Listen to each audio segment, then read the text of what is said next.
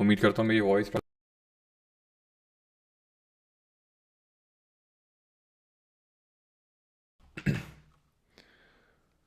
चलिए एक बार कंफर्म करेंगे वॉइस और सारी चीज़ें प्रॉपर हैं कि नहीं, फिर स्टार्ट करते हैं।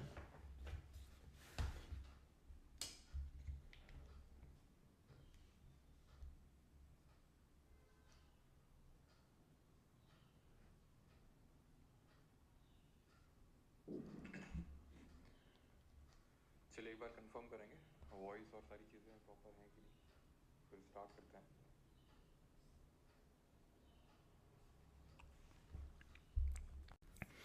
जब बैनी बेसंत फॉरेनर थी तो इंडियंस का सपोर्ट क्यों कर रही थी? क्योंकि एनी बेसेंट जहाँ की थी, आयरलैंड की, वो भी एक ब्रिटिश कॉलोनी ही थी। वहाँ पर भी ब्रिटिशर्स का राज था, और इसीलिए एनी बेसेंट ने कहा था कि ये जो ब्रिटिशर्स यहाँ पर रूल कर रहे हैं या फिर यहाँ पर हैं, they are not for the betterment of India, they are there for own profit और बेनिफिट। अपने उसके फ़ायदे के लिए यहाँ पे रुके हुए हैं। ऐसा नहीं है कि वो कुछ यहाँ पे साइंस एंड टेक को प्रमोट करना चाहते हैं या फिर कहीं ना वेस्टर्नाइजेशन। मेन उनका मेन है, वो अपने प्रॉफिट के लिए रुके हुए हैं। तो ऐसा एनी बेसेंट जी का मानना था। ठीक है।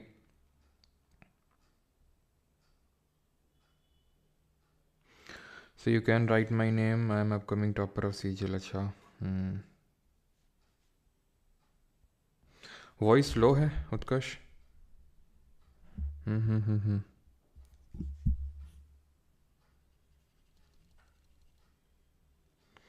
Sir, my grandfather was from East Bengal and during partition he had to come, leaving everything behind. It was really hard for them. बढ़िया दास, ओके। अभी हम वही पढ़ने वाले हैं आज के इस पर्टिकुलर क्लास में। ये जो पार्टीशन ऑफ बंगाल है जो 1905 में होता है, ये क्यों होता है, क्यों ब्रिटिशर्स करते हैं, और इसकी वजह से कितने लोगों को, अच्छा आई थिंक आपने पिक्चर देखी, उससे आप रिलेट कर पाए होगे, बहुत लोगों को ईस्ट बंगाल से वेस्ट बंगाल, वेस्ट बंगाल से ईस्ट बंगाल जो है होना पड़ा आफ्टर पार्टीशन। वो भी हम देखेंगे। ठीक है, चलो। आज बंगाल पार्टीशन करके मानेंगे।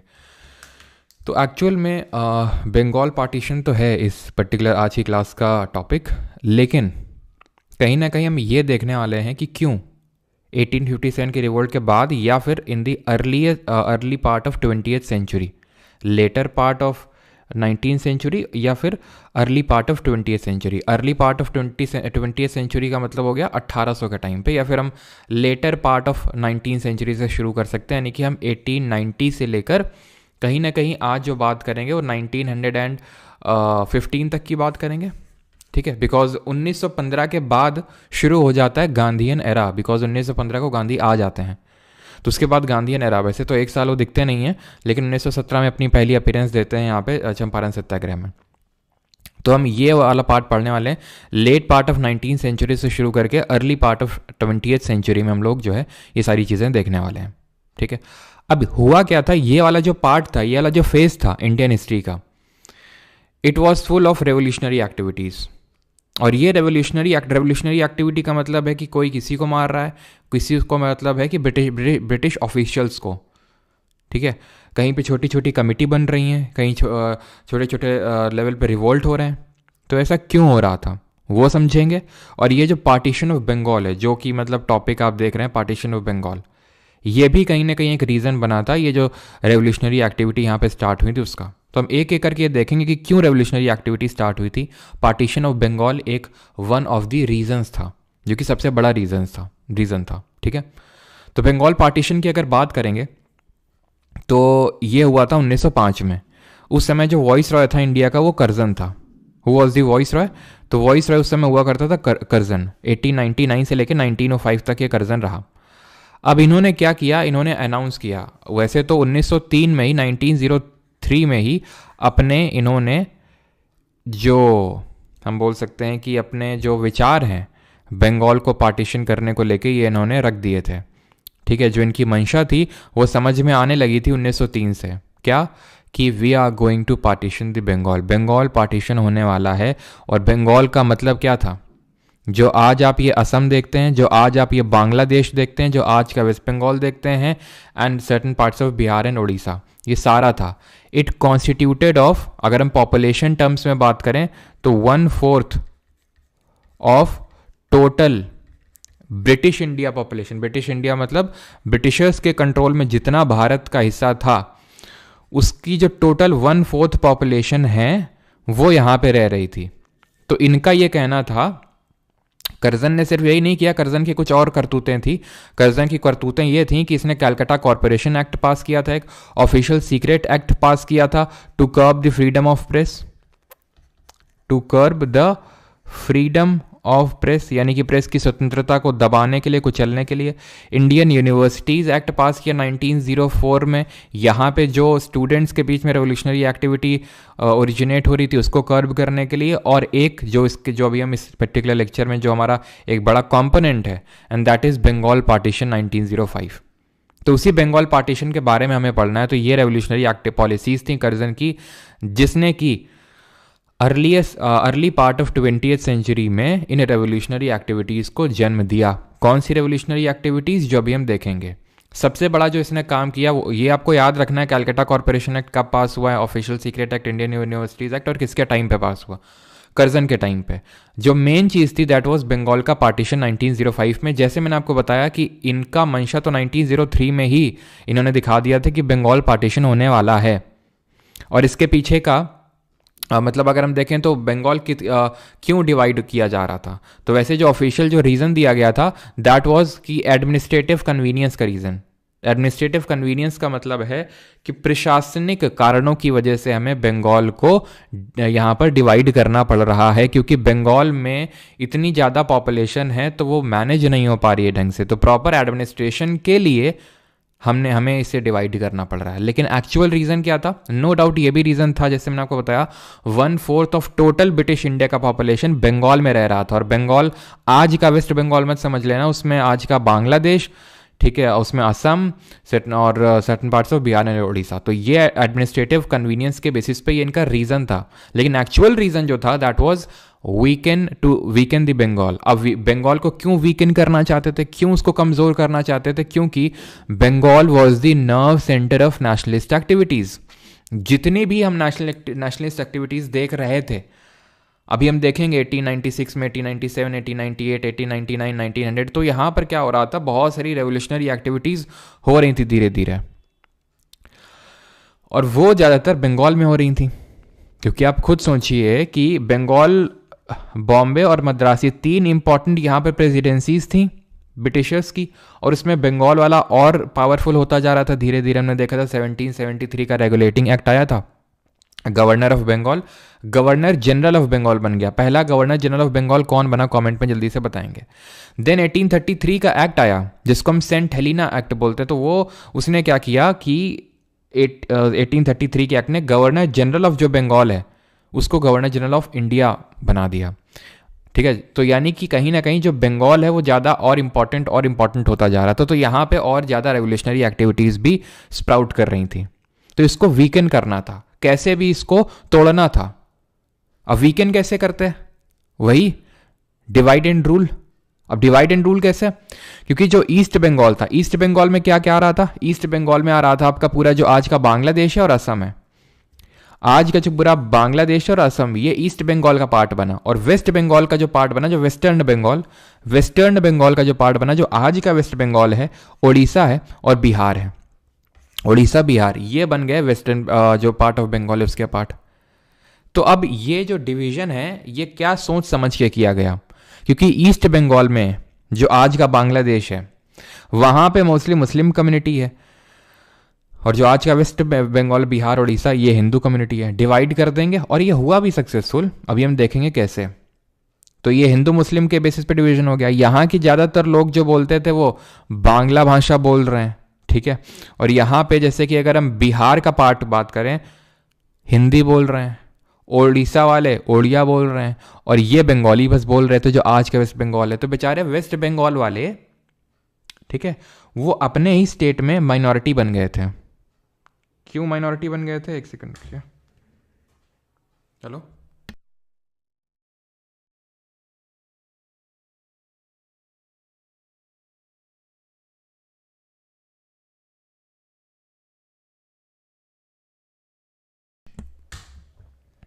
ठीक है। तो ये जो ईस्टर्न बंगाल है आपका, तो यहाँ पर मेनली तो बांग्ला ही बोल रहे थे, और जो वेस्टर्न बंगाल है यहाँ पर अगर हम देखें तो अब बिहार भी आ चुका था और उड़ीसा भी आ चुका था। ठीक है, बिहार एंड उड़ीसा दोनों आ चुके थे आपके। इन लोगों को ब्लॉक करना पड़ेगा, पहले रुक जाओ, है ना, एक सेकेंड।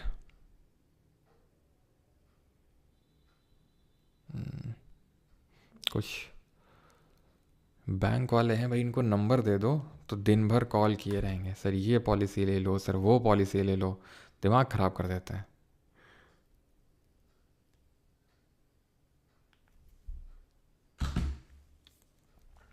ठीक है,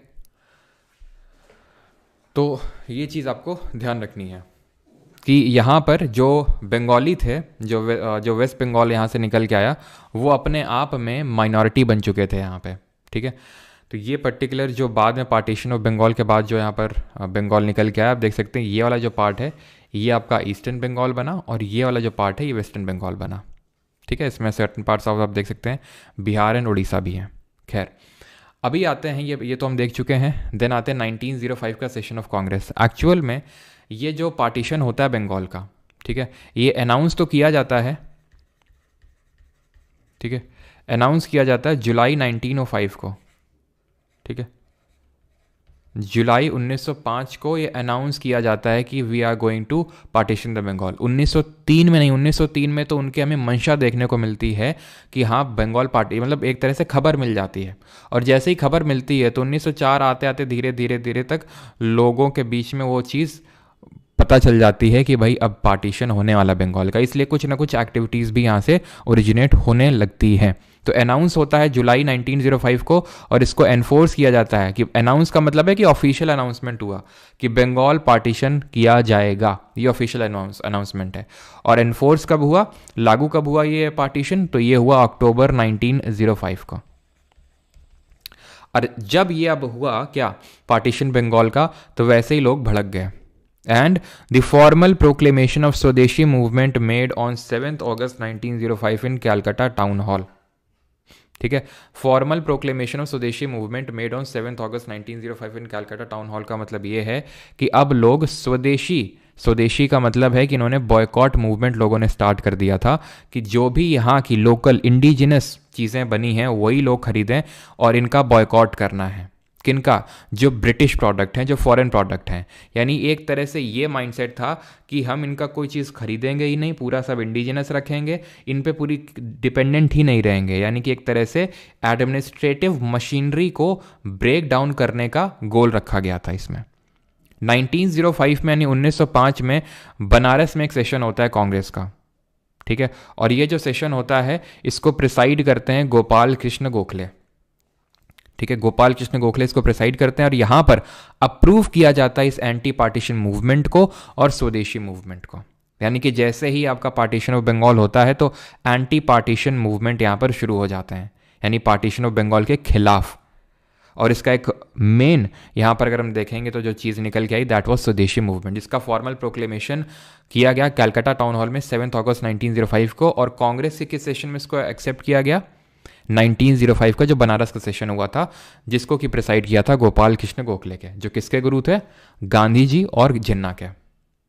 और ये बताइए गोपाल कृष्ण गोखले ने 1905 में एक सोसाइटी बनाई थी, जल्दी से 1905 में कौन सी सोसाइटी बनाई थी इन्होंने। कल ही हम लोगों ने पढ़ा था कांग्रेस के जो इंपॉर्टेंट सेशंस है, उसमें देखा था 1905 में जो बनारस में हुआ था, उसके जस्ट तुरंत बाद हुआ था एक 1906 का कैलकाटा का, जिसको प्रिसाइड किया था दादा भाई नौरोजी ने। इन्होंने 3 टोटल सेशन प्रिसाइड किए थे, कल भी हम लोगों ने देखा था। एक तो जो दूसरा वाला सेशन हुआ था कांग्रेस का 1886 में, एक ये कैलकाटा में हुआ था, ये 1893 में जो लाहौर में हुआ था, और ये 1906 जो कैलकाटा में हुआ था। तो ये वाला सेशन इसलिए इंपॉर्टेंट है क्योंकि यहाँ पर 4 इंपॉर्टेंट रेजोल्यूशंस को एक्सेप्ट किया गया। वो 4 इंपॉर्टेंट रेजोल्यूशंस क्या थे, तो Swaraj as a goal adopted, yes सभी का सही है। सर्वेंट्स ऑफ इंडिया सोसाइटी 1905, 1905 में सर्वेंट्स ऑफ इंडिया सोसाइटी बनाई थी गोपाल कृष्ण गोखले जी ने MG राणा डे के साथ मिलके। तो स्वराज एज गोल यहाँ पर अडॉप्ट किया गया। बॉयकॉट करना है फॉरेन गुड का, स्वदेशी और नेशनल एजुकेशन के 4 रेजोल्यूशंस को अडॉप्ट किया गया, एक्सेप्ट किया गया in the Calcutta session of the Congress. और इसी के चलते एक नेशनल एजुकेशन काउंसिल का भी गठन किया गया। ये 4 इंपॉर्टेंट, ध्यान रखना, 4 इंपॉर्टेंट हैपनिंग, क्या इसको रेजोल्यूशन लिखो, ठीक है, 4 इंपॉर्टेंट रेजोल्यूशंस जिनको एक्सेप्ट किया गया: स्वराज, बॉयकॉट, स्वदेशी और नेशनल एजुकेशन। अब 1907 का सेशन आता है। अब 1907 में होता क्या है कि कांग्रेस में स्प्लिट हो जाता है। अब क्यों स्प्लिट होता है ये, ठीक है, अब यहाँ पे ये भी हम लोगों ने बात कल पढ़ी भी थी, ठीक है, एक सेकेंड, आई थिंक गलती से दूसरा वाला खुल गया, आई थिंक स्लाइड,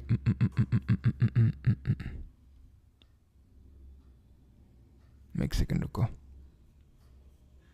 ठीक है।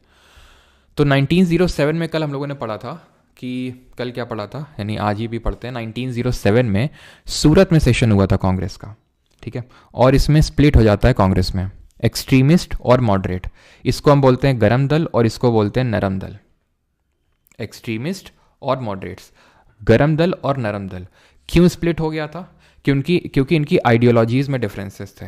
अब इनकी आइडियोलॉजीज़ में क्या डिफरेंसेस थे, तो अगर हम इनकी आइडियोलॉजी में डिफरेंस जानें तो मॉडरेट जो आइडियोलॉजी थी उसका ये मानना था कि हम अपने व्यूज़ को एक्सप्रेस करेंगे पेटिशन से, न्यूज़पेपर से, पैम्पलेट्स, यानी ये PPP मॉडल पे बिलीव करते थे कि हम प्रेयर करेंगे, ठीक है, पेटिशन देंगे, देन प्रोटेस्ट पे आएंगे, ठीक है, यानी कि प्रेयर करो पहले, तो उनसे ब्रिटिशर्स से बोलो, ठीक है, पेटिशन दो उनको एंड देन प्रोटेस्ट पे आओ, ठीक है, देन आपको प्रोटेस्ट पे उतरना है। और इसमें मॉडरेट में कौन कौन आते थे, तो मेनली सुरेंद्र नाथ बनर्जी हो गए, के मित्रा हो गए, गोपाल कृष्ण गोखले हो गए, आनंद मोहन बोस हो गए, ठीक है, दादा भाई नरोजी हो गए, ये सब लोग मॉडरेट थे। तो इनका ये मानना था कि सीधे प्रोटेस्ट पे मत उतर जाओ, पहले प्रेयर करो, पिटीशन दो एंड देन प्रोटेस्ट करो। लेकिन वहीं एक्सट्रीमिस्ट की अगर बात करें तो एक्सट्रीमिस्ट जिसमें कि मेनली लाला लाजपत राय जी आते थे, बाल गंगाधर तिलक आते थे, बिपिन चंद्र पाल आते थे, और अरबिंदो घोष आते थे, they had a common set of belief, और वो कॉमन सेट ऑफ बिलीफ ये थी कि they had hatred for foreign rule, यानी कि जो विदेशी शासक या फिर हम बोल सकते हैं जो ब्रिटिशर्स हमारी हमारे जो फॉरेनर्स हैं हमारी इंडियन सॉइल पे आके हम ही पे रूल कर रहे हैं, तो उसके खिलाफ हेट्रेड था। इनका मेन गोल था स्वराज, ठीक है। और जब से 1906 में हम देखेंगे, अब देखा भी था हम लोगों ने, जो कलकत्ता में सेशन हुआ था उसमें एक गोल भी अडॉप्ट कर लिया गया था, एक रेजोल्यूशन भी एक्सेप्ट कर लिया गया था कि स्वराज है गोल। तो उसके बाद जो एक्सट्रीमिस्ट है वो और एकदम उग्र हो गए, ठीक है, उनको और बल मिल गया। डायरेक्ट पॉलिटिकल एक्शन, यहाँ पर इनका ऐसा मानना था कि डायरेक्ट पॉलिटिकल एक्शन रिक्वायर्ड है। Belief in capacity of masses, इनका ये मानना था प्रेयर पिटीशन ऐसा कुछ नहीं, लोगों को इकट्ठा करो और उनकी एनर्जी को टैप करके अपनी बातों को मनवाना पड़ेगा। और पर्सनल सेक्रीफाइस रिक्वायर्ड है। पर्सनल सेक्रीफाइस का मतलब ये है कि कमरे में बैठ के सिर्फ मीटिंग खेलने से नहीं हो जाएगा, क्या करना पड़ेगा, इसके लिए हमें प्रोटेस्ट करने पड़ेंगे और पर्सनल सेक्रीफाइस देना पड़ेगा, यानी कि बलिदान देना पड़ेगा। तो ये इनका मानना था, जिसकी वजह से सूरत का जो अधिवेशन होता है कांग्रेस का 1907 में, उसमें ये स्प्लिट हो जाते हैं। अब होता ये है एक्चुअल में कि जो एक्सट्रीमिस्ट हैं, अभी जैसे हमने बताया सीधे डायरेक्ट एक्शन पे ये बिलीव करते थे, तो इनका ये मानना था कि ये जो एंटी पार्टीशन मूवमेंट हम लोगों ने स्टार्ट किया है, तो उसको सिर्फ बंगाल तक ही सीमित मत रखिए, इसको all India movement, pan India movement बनाने की कोशिश करिए। प्लस इसमें मासेस को एंगेज करिए, यानी कि लोगों को इसमें लाने की ज़रूरत है। मॉडरेट्स का ऐसा मानना नहीं था। मॉडरेट का ऐसा मानना था इसको सिर्फ बंगाल तक ही रखते हैं, बहुत ज़्यादा एकदम अभी इसको पैन इंडिया नहीं बनाते और मासेस की अभी ज़रूरत नहीं है इसमें। अब होता क्या है ना कि ये चीज़ ऐसा नहीं कि 1907 में होता है, ये बात पहले से ही, जब जैसे एंटी पार्टीशन मूवमेंट शुरू होता है तो धीरे धीरे ये बात क्लियर हो जाती है कि एक्सट्रीमिस्ट की आइडियोलॉजी, एक सेक्शन है कांग्रेस में जिसकी आइडियोलॉजी अलग है, एक सेक्शन है जिसकी आइडियोलॉजी अलग है। तो ये आइडियोलॉजिकल डिफरेंसेस की वजह से मासेस, क्योंकि ये मासेस को अपील कर रहे थे, अब सोचो ये लोगों को ज़्यादा अच्छा लगेगा या फिर प्रेयर पिटीशन करना कि भाई हम पत्राचार करते हैं वो सब, तो लोगों को ये अच्छा लगता है कि बम गोली उठाओ और सीधा मारो, तो वो उसमें लोगों को मज़ा आता है। तो इसीलिए ज़्यादातर लोगों ने एक्सट्रीमिस्ट को ज्वाइन किया और ये बात मॉडरेट्स को खटकने लगी कि उनका जो एक तरह से दबदबा है कांग्रेस में वो धीरे धीरे कम होने लगा और एक्सट्रीमिस्ट डोमिनेट करने लगे हैं, जो एक्सट्रीमिस्ट आइडियोलॉजी है। ये बात 1907 के सूरत सेशन तक निकल के आ गई। हुआ क्या, पहले ये सेशन करवाना चाहते थे जो एक्सट्रीमिस्ट हैं बॉम्बे में, और उसमें तिलक जी को, बाल गंगाधर तिलक को चाहते थे कि वो बने क्या, प्रेसिडेंट। लेकिन मॉडरेट्स ने जानबूझ के सेशन को सूरत में चुना, सूरत में रखा। क्यों?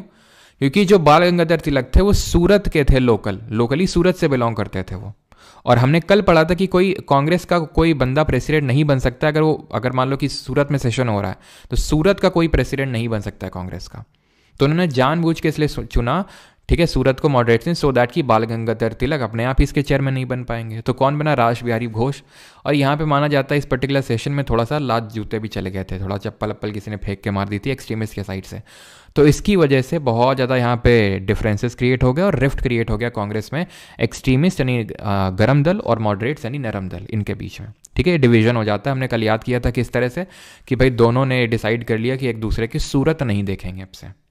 ठीक है, एंड 7 थाला फॉर अ रीज़न। चलो, तो यहाँ से एक तरह से अब डिवीजन नहीं हुआ, इसको हम बोलेंगे, इसको डिवीजन ना बोल के हम ये बोलेंगे कि एक्सट्रीमिस्ट को कांग्रेस से निकाल दिया गया बाय मॉडरेट्स। क्योंकि एक्सट्रीमिस्ट धीरे धीरे डोमिनेट करने लगे थे, तो मॉडरेट्स ने एक्सट्रीमिस्ट को निकाल दिया। हम डिवाइड नहीं बोलेंगे कि ये कांग्रेस 1 बन गई, ये कांग्रेस 2 बन गई। कांग्रेस कांग्रेस ही थी, एक्सट्रीमिस्ट बस निकल चुके थे। ठीक है, और एक्सट्रीमिस्ट अपनी आइडियोलॉजी आगे लेके निकल गए, लेकिन ये आगे उतनी ज़्यादा कंटिन्यू कर नहीं पाए। कैसे, वो भी हम देखेंगे। ठीक है, तो एक्सट्रीमिस्ट ने क्या क्या किया? तो इन्होंने स्वदेश बांधव समिति अश्विनी कुमार दत्ता ने बनाई। अरे यार, इसमें काफ़ी सारे मैंने कुछ चेंजेस किए थे, एक सेकंड रुकना ज़रा। ठीक है, एक सेकंड रुको यार।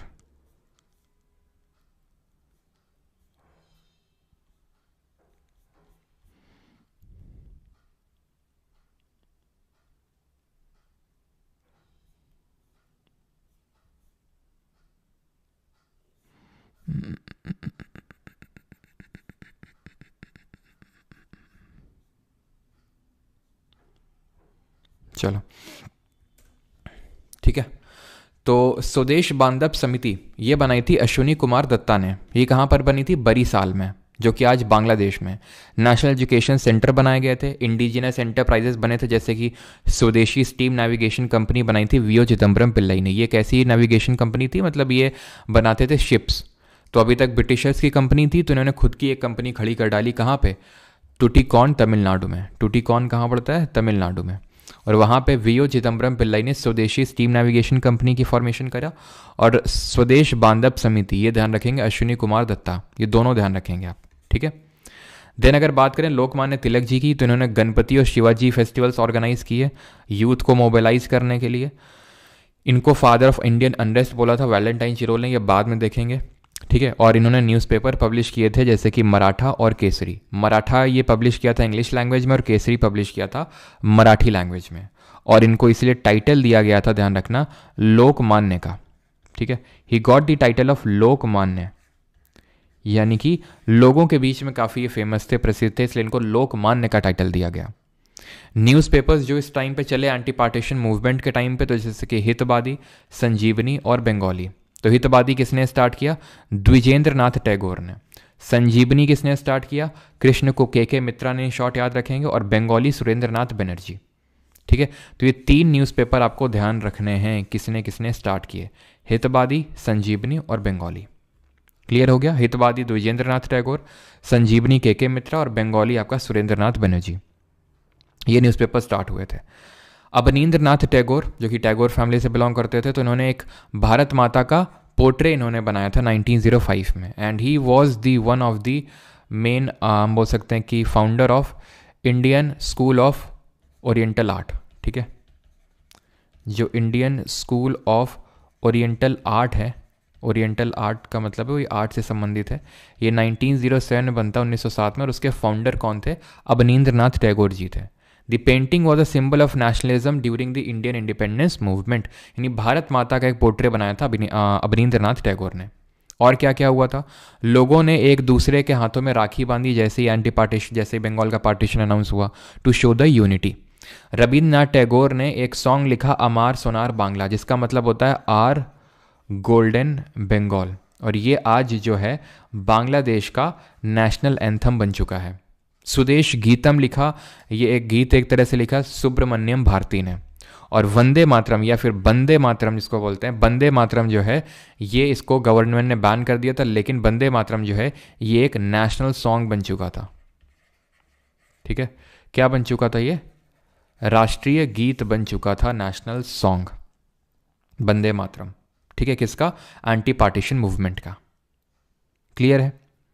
देन अगर हम लीडर्स की बात करेंगे तो पूना और बॉम्बे में बाल गंगाधर तिलक ने इसको लीड किया, दिल्ली में सैयद हैदर रज़ा ने इसको लीड किया, मद्रास में अभी हमने देखा था कि तमिलनाडु के टूटिकॉन में वीओ चिदम्बरम पिल्लई ने एक स्वदेशी स्टीम नेविगेशन कंपनी बनाई, पंजाब में लाला लाजपत राय। ब्रिटिशर्स ने क्या किया यहाँ पर? कैरेट और स्टिक मॉडल को एक्सेप्ट किया, अडॉप्ट किया। अब कैरेट एंड स्टिक मॉडल क्या है? तो धीरे धीरे क्या है कि ये जो एंटी पार्टीशन मूवमेंट है ये उतना लंबे समय तक सर्वाइव कर नहीं पाया। कारण उसका क्या था? कारण उसके कई थे, जैसे कि अभी हम कैरेट स्टिक मॉडल को डिस्कस करेंगे, लेकिन उससे पहले हम ये डिस्कस करते हैं कि इसमें मुस्लिम्स का सपोर्ट नहीं आया। क्यों? क्योंकि जो डिवाइड एंड रूल का जो ये चाल चला था ब्रिटिशर ने, वो इनका सक्सेसफुल हो गया। कैसे? क्योंकि जो मुस्लिम्स थे उन्होंने एंटी पार्टीशन मूवमेंट को इसलिए सपोर्ट नहीं किया क्योंकि ब्रिटिशर ने बोला कि हम तुमको जो ये ईस्टर्न बंगाल देंगे तो ये जो वेस्टर्न बंगाल होगा इसकी कैपिटल तो अलग होगी, कैलकाटा जो पहले थी वो रहेगी, लेकिन तुम्हें जो हम अलग से देंगे वो ढाका दे देंगे कैपिटल अलग से। तो मुस्लिम्स इस बात को लेके खुश हो गए कि उन्हें अलग से एक कैपिटल मिल रही है, ढाका। तो इसलिए इन्होंने मुस्लिम जो कम्युनिटी थी यहाँ की, उसने सपोर्ट करने के बजाय अलग से एक अपनी पार्टी बना ली, एंटी कांग्रेस जो एक पार्टी बनी यहाँ पे, उसका नाम था मुस्लिम लीग। ये बनती है 30 दिसंबर ऑफ 1905 को, 30 दिसंबर 1905 को ये बनती है ढाका, बांग्लादेश में। और इसके फाउंडर कौन थे? नवाब सलीमुल्लाह और आगा खां। ये दो नाम याद ध्यान रखिएगा। मुस्लिम लीग कब बनती? 30 दिसंबर 1905 को ढाका में, और नवाब सलीमुल्लाह और आगा खां इसके क्या थे? फाउंडर्स थे। तो यानी मुस्लिम्स का एक तो सपोर्ट नहीं मिला, तो और प्लस यहाँ पर कैरेट एंड स्टिक का मॉडल वो किया गया। ठीक है, तो कैरेट एंड स्टिक मॉडल क्या है? तो कैरेट एंड स्टिक मॉडल ये है कि भाई गाजर दो और छड़ी मारो। इन्होंने किया क्या? ब्रिटिशर ने एक्सट्रीमिस्ट को छड़ी मारी। ठीक है, एक्सट्रीमिस्ट पे इन्होंने काफ़ी भयंकर तरीके से इन्होंने क्या किया? किसी को जेल में डाला, किसी को फांसी पे लटकाया और किसी को भागने पे मजबूर कर दिया। जैसे कि अगर मैं बात करूं, लाला लाजपत राय फॉरेन चले गए, बिपिन चंद्र पाल, जो हम लाल बाल पाल का ट्रायो पढ़ते हैं, जो एक्सट्रीमिस्ट थे, लाला लाजपत राय लाल हो गया, बाल गंगाधर तिलक, और पाल हो गया बिपिन चंद्र पाल। तो बिपिन चंद्र पाल हो गए और अरबिंदो घोष हो गए। ये लोग तो एक्टिव पॉलिटिक्स से रिटायरमेंट ले लिए, और अरबिंदो घोष पूरा स्पिरिचुअलिटी के साइड चले गए। लाला लाजपत राय फॉरेन चले गए और बाल गंगाधर तिलक को जेल हो गई। अब जेल क्यों हो गई? क्योंकि उन्होंने अपना ये जो हमने देखा था अभी केसरी ये न्यूज़पेपर था, इसमें इन्होंने प्रेज किया किसको? अभी हम देखेंगे एक कॉन्स्पिरेसी हुई, अलीपुर बॉम्ब कॉन्स्पिरेसी केस, जिसमें कि बम फेंक के मार दिया था मजिस्ट्रेट पे। तो उस चीज़ को उन्होंने बड़ाई करके दिखाया। किसने? बाल गंगाधर तिलक ने। तो ब्रिटिशर इस बात से चिढ़ गए और उनको मांडले की जो जेल है बर्मा में जो की है, तो ठीक, मांडले जेल, तो वहाँ पर उनको डिपोर्ट कर दिया गया। 6 साल का उनको जेल दिया गया। ठीक है, तो ये इन्होंने किया क्या कि एक्सट्रीमिस्ट पे काफ़ी ज़्यादा इन्होंने वो लगाया, यानी कि स्टिक मारी, और मॉडरेट्स को ये हिंट ड्रॉप करते थे कि देखो अभी अगर तुम शांत बैठे रहोगे, इनको तो देखो अगर नहीं मानोगे तो इन्हीं की तरह मार खाओगे, और अगर शांत बैठे रहोगे तो हम तुम्हारे लिए कुछ अच्छा लाने वाले हैं, कुछ नया लाने वाले हैं। और वो नया क्या लाने वाले थे? क्या? Government of India act 1909। लेकिन उसमें आया क्या? उसमें ये हम पढ़ चुके हैं पहले ही पॉलिटी में। इसमें आया क्या? उसमें आया मुस्लिम्स के लिए सेपरेट इलेक्टोरेट, यानी कि पृथक निर्वाचन। ये मैं आपको समझा चुका हूँ। इसका मतलब ये होता है कि जैसे फॉर एग्जांपल ये कोई एक जगह है, यहाँ पर मुस्लिम के लिए सेपरेट इलेक्टोरेट का मतलब ये है कि यहाँ पर इलेक्शन में सिर्फ मुस्लिम्स ही खड़े हो सकते हैं, और इनके लिए जो वोट करेंगे वो सिर्फ मुस्लिम ही करेंगे। आज जैसे आता है ना कि जैसे आप देखते होंगे कि दलित सीट आई है ना, आप पंचायत गांव वगैरह के चुनाव में देखते होंगे पंचायत में दलित सीट आई है, महिला सीट आई है। तो ऐसा तो है नहीं कि सिर्फ दलित ही वोट कर सकते हैं, उसमें वोट सब कर सकते हैं लेकिन खड़ा सिर्फ दलित हो सकता है। लेकिन सेपरेट इलेक्टोरेट का मतलब ये होता है कि वही कमेटी का खड़ा भी हो सकता है बंदा, और वही कमेटी के लोग वोट भी करेंगे। तो इसीलिए मिंटो को फादर ऑफ इंडियन कम्युनलिज्म के नाम से जाना जाता है। मिंटो उस समय कौन था? वॉइस रॉय था, मॉरले सेक्रेटरी था। ठीक है, और एक्चुअल में गवर्नमेंट ऑफ इंडिया एक्ट नहीं होगा, ये होगा आपका Indian councils act.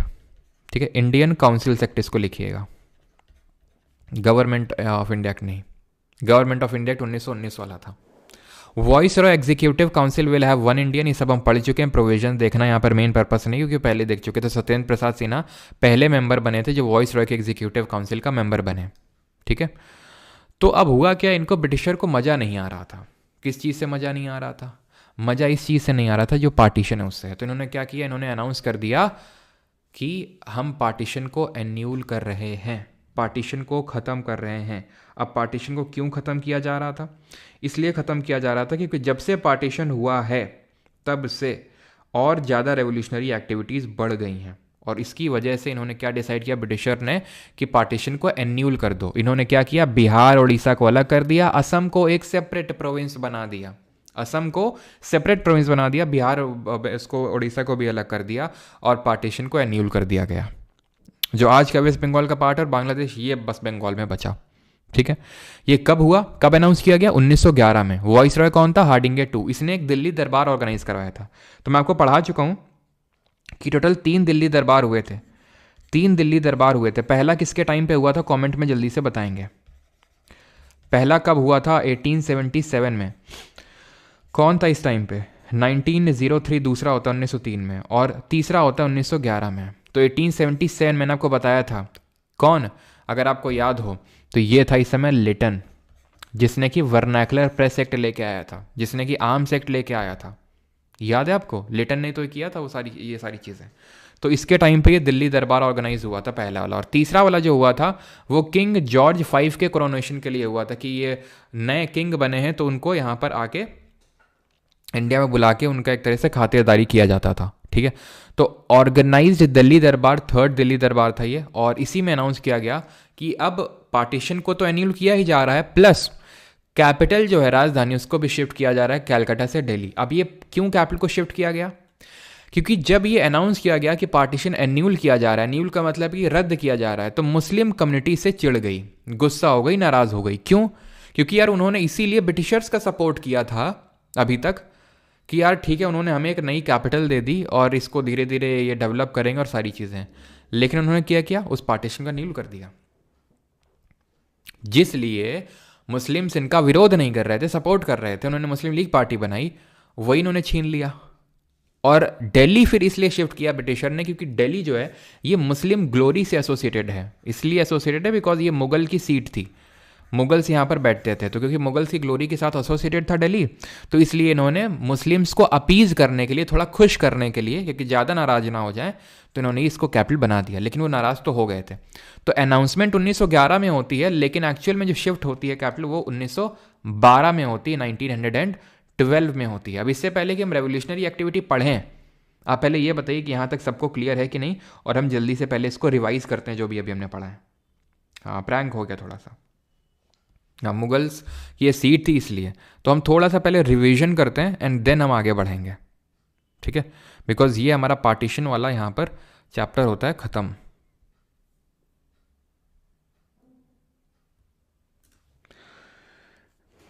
All clear? Okay, ठीक। तो हम पहले एक बार रिवीजन कर लेते हैं, है ना? क्लियर है?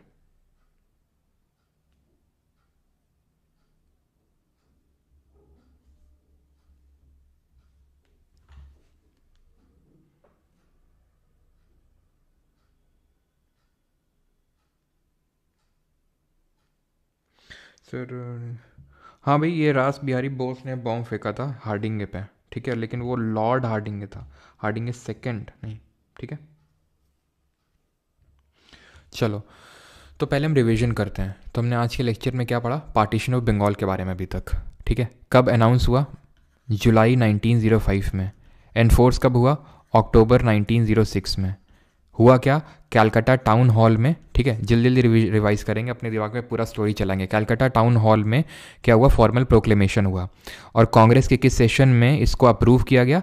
बनारस का जो सेशन हुआ था, गोपाल कृष्ण गोखले ने प्रिसाइड किया था 1905 में। स्वदेशी, स्वदेशी का मतलब है कि मैं बॉयकॉट करना है फॉरेन चीज़ों का।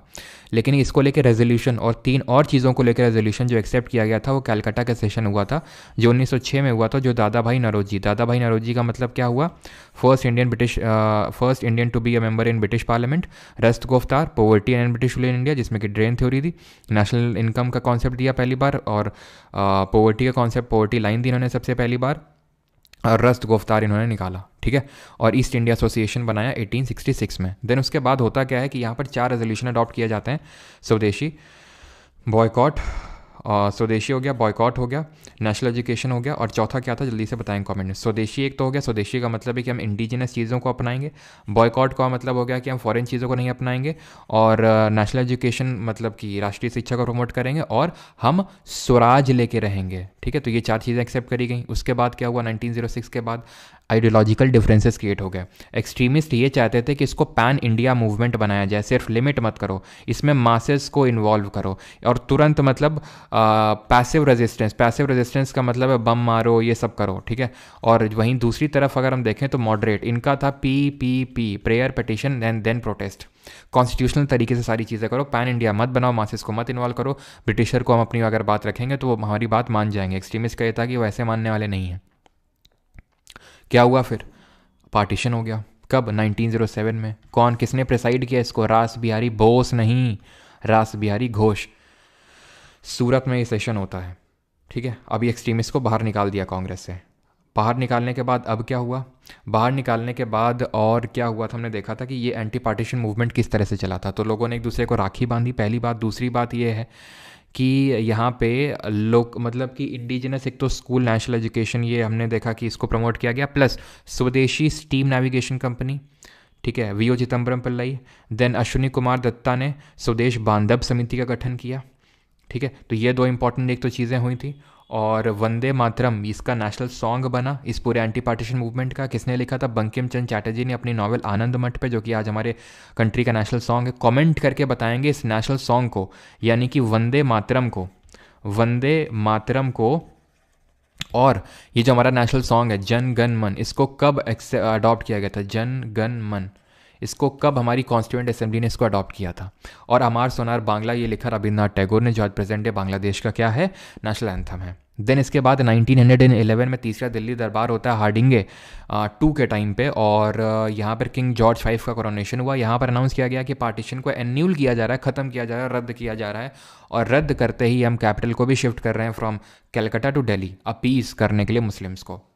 ठीक है, तो ये काम हुआ था। प्लस मुस्लिम्स ने सपोर्ट नहीं किया था एंटी पार्टीशन मूवमेंट में। 1906 में उन्होंने 30 दिसंबर 1905 को, या फिर 1906 बोल सकते हैं उसको, इन्होंने बनाई एक मुस्लिम लीग, नवाब सलीमुल्लाह और आगा खान ने।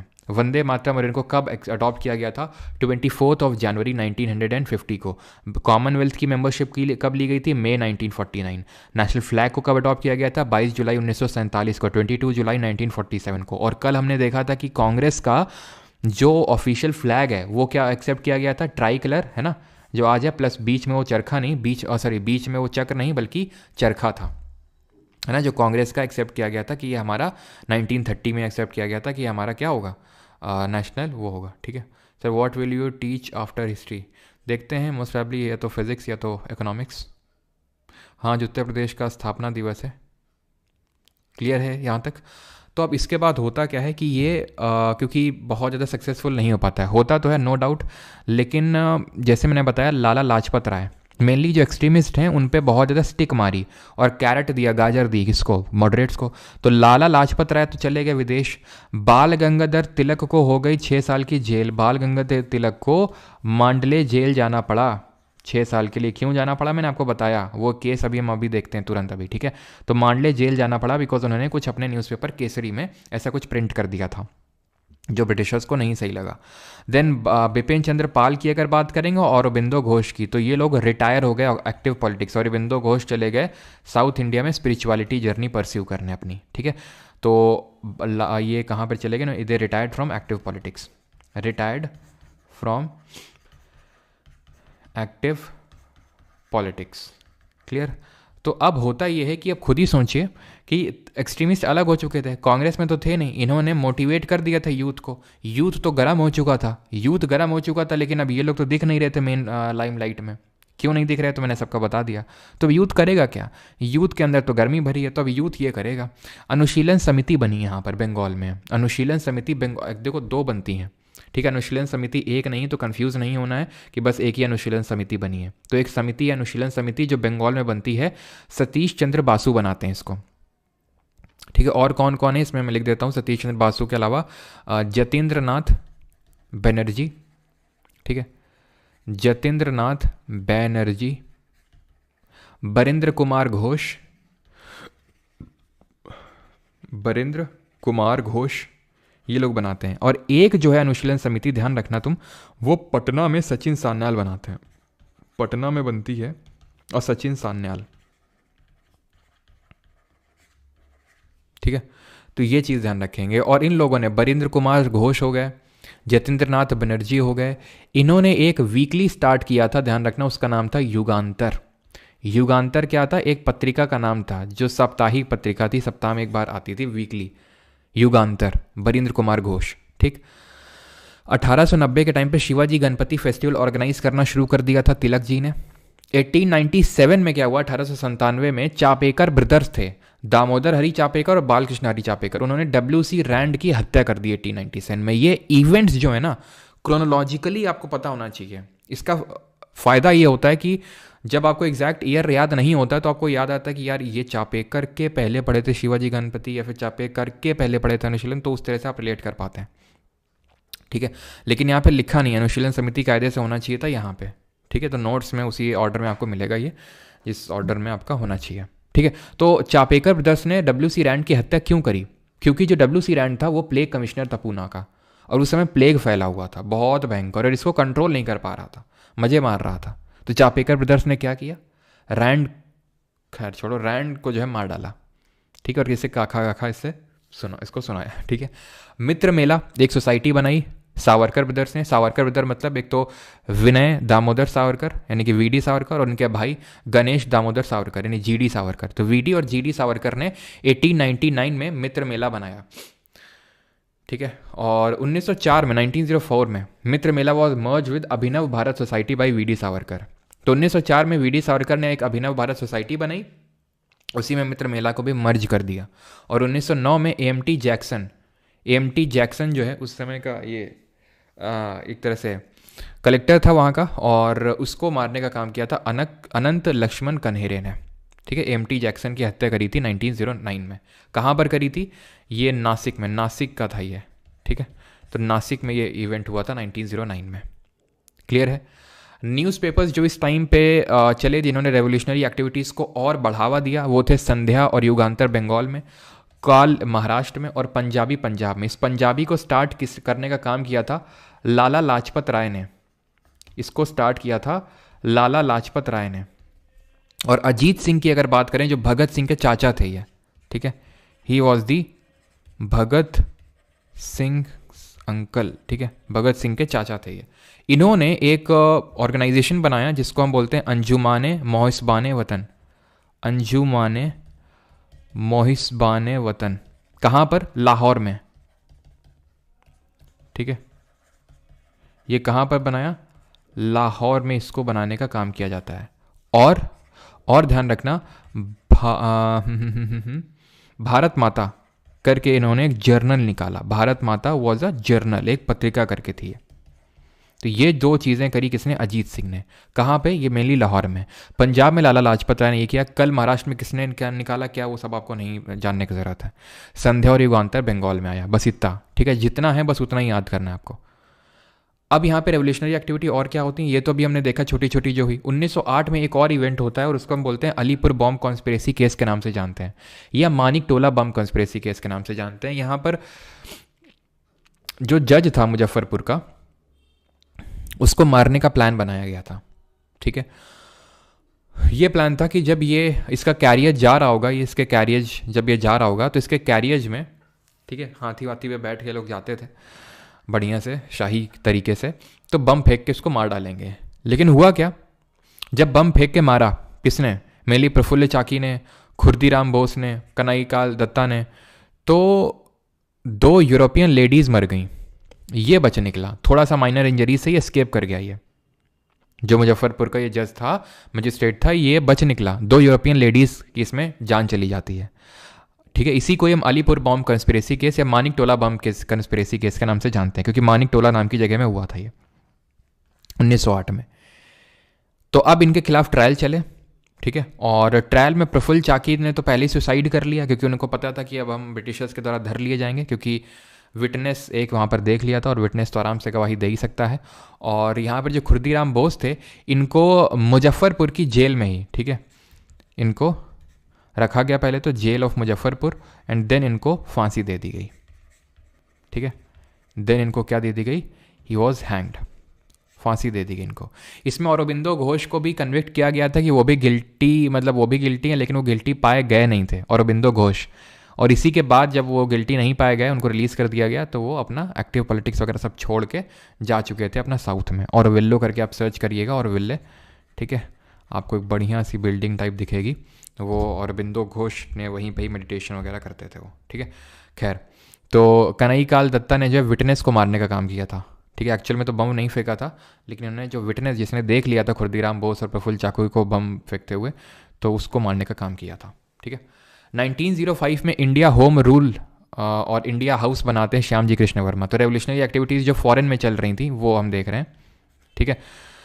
तो इंडिया हाउस ये बनाया था लंदन में, ठीक है, लंदन में बनाया गया था भाई श्याम जी कृष्ण वर्मा, और एक जर्नल निकाला था इन्होंने द सोशलॉजिस्ट नाम से। 1909 में मदन लाल ढींगरा ने करजन वाइली की हत्या करी थी, और 1907 में, ये सब फॉरेन में जो हो रहा है वो हम देख रहे हैं, ठीक है। 1907 में madam Bhikaji Cama became the first Indian to hoist the Indian flag on foreign soil, यानी विदेशी जमी पे भारत का झंडा फहराने वाली पहली इंडियन बनी थी ये मैडम भीखाजी कामा। कहाँ पे, स्टटगार्ट जर्मनी में। और इन्होंने जर्नल कौन सा पब्लिश किया था, एक वंदे मातरम करके एक जर्नल था जो मैडम भीखाजी कामा द्वारा इसको पब्लिश किया गया था। 1915 में एक बर्लिन कमेटी का गठन होता है, वीरेंद्र नाथ चट्टोपाध्याय। कहाँ पर होगा, ऑब्वियस ये बात है, बर्लिन कमेटी है तो बर्लिन के जर्मनी में, ठीक है, इसको कमेटी को बनाया गया। और 1913 में गदर पार्टी का गठन हुआ, सैन फ्रांसिस्को में इसका हेडक्वार्टर था, जो कि यूएसए में पड़ता है। ये कौन लोग थे जिन्होंने इस पार्टी का गठन किया, वो लोग जो पंजाबी कम्युनिटी से थे और बेटर एम्प्लॉयमेंट के लिए यहाँ पे यूएसए और कनाडा जगहों में रह रहे थे। यूएसए और कनाडा में ये लोग शिफ्ट किए थे, माइग्रेट किए थे, या फिर उनमें से काफ़ी एक्स सोल्जर्स भी थे जो वहाँ पे भेजे गए थे सर्विस के लिए। तो लाला हरदयाल, सोहन सिंह भाकना, ठीक है, सोहन सिंह भाकना, बरकतुल्ला भाई पद्मानंद नहीं परमानंद, ठीक है, करतार सिंह, इन सब ने एक पार्टी बनाई जिसको हम बोलते हैं गदर पार्टी, ठीक है। और ये सैन फ्रांसिस्को में बनती है। और इस पार्टी से एसोसिएटेड एक इवेंट है जो हमें पता होना चाहिए, बहुत इंपॉर्टेंट है, वो है कोमगाटा मारू इंसिडेंट या फिर इवेंट। 1914 में हुआ। अब हुआ क्या, एक जापानीज शिप था, ये कोमगाटा मारू का मतलब क्या है, ये एक जापानीज शिप का नाम है। तो इन्होंने एक शिप लिया, ठीक है, जो सिख कम्युनिटी है उसने एक शिप लिया कोमगाटा मारू, और उसमें लगभग 200 से 300 लोग थे। ये सब लोग इकट्ठा हुए कहाँ जाने के लिए, कनाडा के वैंकूवर। ये लोग बिजनेसमैन वगैरह थे, ठीक है। तो ये लोग कनाडा सच कोई प्रोटेस्ट करने के लिए नहीं गए थे, लेकिन कनाडन जो ऑफिशियल्स थे, जो अथॉरिटी थी, इन लोगों को वहाँ पर उतरने से मना कर दिया गया कि आप शिप यहाँ पर नहीं ला सकते हैं और हम आपको नहीं उतरने देंगे। तो इन लोगों ने अपने शिप को वहीं पे खड़ा रखा, लगभग आप ये मान के चलिए 2 महीने तक, ठीक है। और एक तरह से इनकी फूड सप्लाई को भी रोक दिया गया। तो जब रोक दिया गया तो ये वापस आए, ठीक है। ये कहाँ से सेल किए थे, ये अपना शिप ले गए थे कहाँ से, तो पंजाबी कम्युनिटी थी, ये मेनली हांगकांग से लिए इन लोगों ने, हांगकांग, सिंगापुर, यहाँ से लेकर, ठीक है, हांगकांग से लेकर ये वैंकूवर कनाडा गए थे, ठीक है। और फिर ये वापस आए इंडिया में, तो ये यहाँ पर कोलकाता में एक जगह पड़ती है बजबज, ठीक है, बजबज पोर्ट उसको बोलते हैं, ठीक है। बजबज जो जगह पड़ती है, यहाँ पर क्या हो गया, यहाँ पर भी पुलिस ने उतरने से मना कर दिया और तब झड़प हो गई, तब यहाँ पर विद्रोह हो गया। और उसी विद्रोह को, उसी इंसिडेंट को हम बोलते हैं कोमगाटा मारू इंसिडेंट। कोमगाटा मारू उस जहाज का नाम है, जो शिप का नाम है, जो जापानीज जहाज है, जो हांगकांग से वैंकूवर कनाडा गया, ठीक है। तो ये चीज़ ध्यान रखिएगा, कहीं कहीं भी आपको हांगकांग या फिर सिंगापुर दिख जाएगा, क्योंकि हांगकांग से कुछ लोगों को लिया गया और कुछ सिंगापुर, देन कनाडा में गई है, ठीक है।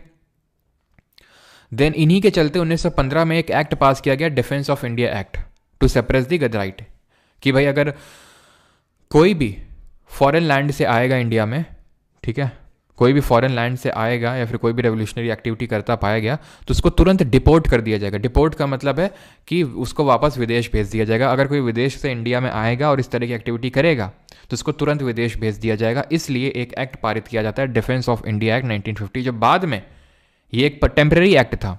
क्यों टेम्पररी एक्ट था, क्योंकि 1914 में पहला विश्व युद्ध भी शुरू हो चुका था, तो फॉरेन एक्टिविटीज़ ज़्यादा बढ़ने लगी थी। जो फॉरेनर ब्रिटिशर्स के खिलाफ थे, in the first world war वो इंडिया में इस तरह की एक्टिविटी को प्रमोट करना चाहते थे, तो इसलिए ये एक्ट लाए थे टेम्पररी तौर से, और बाद में इसी यही परमानेंट एक्ट बन जाता है, रॉलेट एक्ट, जो हम आगे पढ़ेंगे।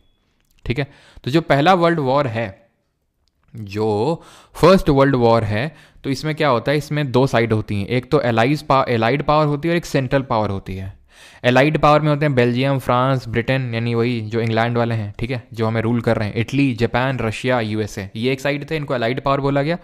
और दूसरी साइड थे central power, Austria, Hungary, Bulgaria, Germany और टर्की, तो ये एक साइड थे। इसमें जीत होती है किसकी, एलाइड पावर की।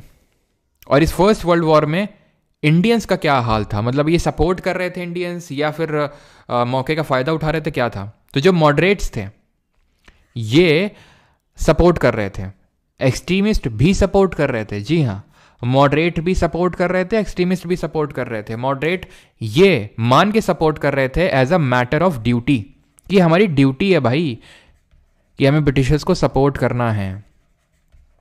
एक्सट्रीमिस्ट क्यों सपोर्ट कर रहे थे कि अगर हम सपोर्ट करेंगे, जैसे हमारे बाल गंगाधर तिलक हो गए, तो वो अभी जेल से छूट के आ चुके थे 1914 में, जून 1914 में वो जेल से छूट के आ गए थे, तो वो इसलिए सपोर्ट कर रहे थे कि भाई अगर हम सपोर्ट करेंगे तो खुश होके हमें कुछ देंगे ये चीज़ मान के सपोर्ट कर रहे थे कि अगर हम मतलब ब्रिटिशर जब जीत जाएंगे, जब वॉर ख़त्म हो जाएगा, तो ये कुछ ना कुछ हमारे लिए सोचेंगे कि भाई देखो यार, इन्होंने, इंडियंस ने हमारा साथ दिया था और ये ऐसा चीज़ है। ये इस बात को ये लोग फेल कर गए, ये चीज़ को रिकॉग्नाइज करने में, कि वो लड़ क्यों रहे हैं। वो अपनी कॉलोनी को बचाने के लिए लड़ रहे हैं कि भाई इंडिया हम रखेंगे, वो तुम रखेंगे, और तुम्हारे लिए वो भला करेंगे, बिल्कुल नहीं। ठीक है, और वही हुआ भी, हम आगे देखेंगे। रेवोल्यूशनरीज जो थे, रेवोल्यूशनरीज मतलब ये जब हम छोटे छोटे रेवोल्यूशनरी एक्टिविटी देख रहे थे, तो इन लोगों का ये मानना था कि मौके का फायदा उठाओ, मौके में चौका मारो। यानी ये जो सिचुएशन है, जिस ब्रिटिशर्स की सिचुएशन अभी वर्ल्ड वॉर 1 में ये बिजी हैं, फंसे हुए हैं, तो इस पर्टिकुलर इसका मौके का फायदा उठाना चाहिए, ये रेवोल्यूशनरीज का मानना था। बाल गंगाधर तिलक ने अभी यहाँ पे होम रूल लीग का यहाँ पर गठन करना शुरू किया। ठीक है, होम रूल लीग ये एक्चुअल में कई जगहों में थी, जैसे कि ब्रिटेन की और भी कॉलोनीज थी, जैसे आयरलैंड में थी, ठीक है, आयरलैंड भी एक कॉलोनी थी, ऑस्ट्रेलिया था। तो ऑस्ट्रेलिया में क्या था, हमारी तरह गुलाम नहीं थे ऑस्ट्रेलिया, उनके यहाँ पे एक तरह से चल रहा था कि गवर्नमेंट वगैरह उन्हीं की है, बस एक तरह से सुप्रीम जो पावर है वो ब्रिटिशर्स हैं, हम क्या थे पूरी तरह से ब्रिटिशर्स के कब्जे में। तो होम रूल लीग ये बनाई बाल गंगाधर तिलक और एनी बेसेंट ने, क्या डिमांड करने के लिए कि हमें भी होम रूल चाहिए, जैसे ऑस्ट्रेलिया या आयरलैंड में है। तो बाल गंगाधर तिलक ने अपनी होम रूल लीग अलग बनाई और एनी बेसेंट ने अपनी होम रूल लीग अलग बनाई, इन लोगों ने अलग अलग रखा। बाल गंगाधर तिलक का जो हेडक्वार्टर था वो पूना में था, और एनी बेसेंट जी की जो होम रूल लीग थी उसका हेडक्वार्टर मद्रास में था। दोनों लोगों ने सेम ईयर में बनाई, 1916 में। अगर कभी गलती से पूछ ले पहले किसने बनाई, तो बाल गंगाधर तिलक ने बनाई। और ब्रांचेस किसकी ज़्यादा थी, तो एनी बेसेंट की ब्रांचेस ज़्यादा थी। ठीक है, पहले क्योंकि इन्होंने जो बनाई थी वो अप्रैल 1916 में बनाई थी, और इन्होंने जो बनाई थी वो सितंबर 1916 में बनाई थी, ज़्यादा ब्रांचेस थी इनकी। इन्होंने 2 मैगजीन भी लिखी थी एनी बेसेंट, तो अभी हम आगे भी देखेंगे, न्यू इंडिया और कॉमनवेल्थ। ठीक है, एक चीज़ इसमें ध्यान रखना कि इसका हेडक्वार्टर पूना तो था, लेकिन बॉम्बे सिटी एक्सक्लूडेड थी। ठीक है, एक्सक्लूडिंग बॉम्बे सिटी,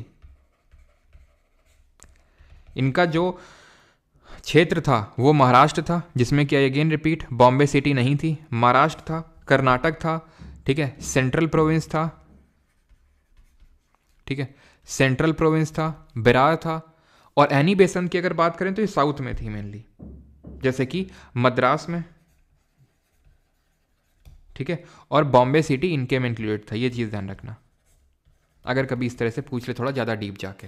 वैसे तो होम रूल लीग के बारे में ध्यान रखना, 1916 में बनती है, दोनों लोग ये बनाते हैं, तिलक जी और एनी बेसेंट जी, लेकिन ये ज़्यादा चल नहीं पाती है। क्यों?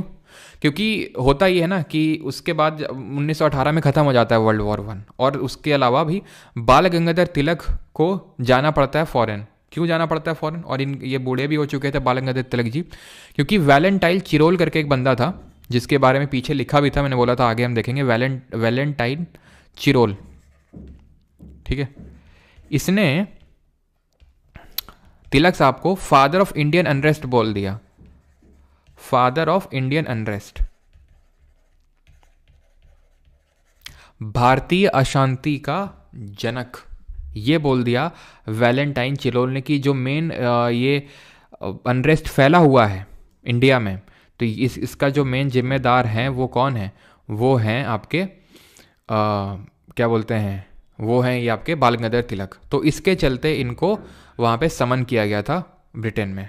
और इसकी किताब का नाम क्या था, इसकी किताब का नाम था इंडियन अनरेस्ट। ठीक है, बुक का नाम क्या था, इंडियन अनरेस्ट था, जिसमें किसने ये बात कही, तो ध्यान रखना किसने ये कही थी, इंडियन अनरेस्ट लिखी थी वैलेंटाइन चिरोल ने, और फादर ऑफ इंडियन अनरेस्ट इसी ने बोला था इनको। तो इनको जाना पड़ा वहाँ पे, और इन्हीं का ही मेन होम रूल लीग था इनका, तो छोटा ही सा था, एनी बेसेंट का भले ब्रांचेस ज़्यादा थी।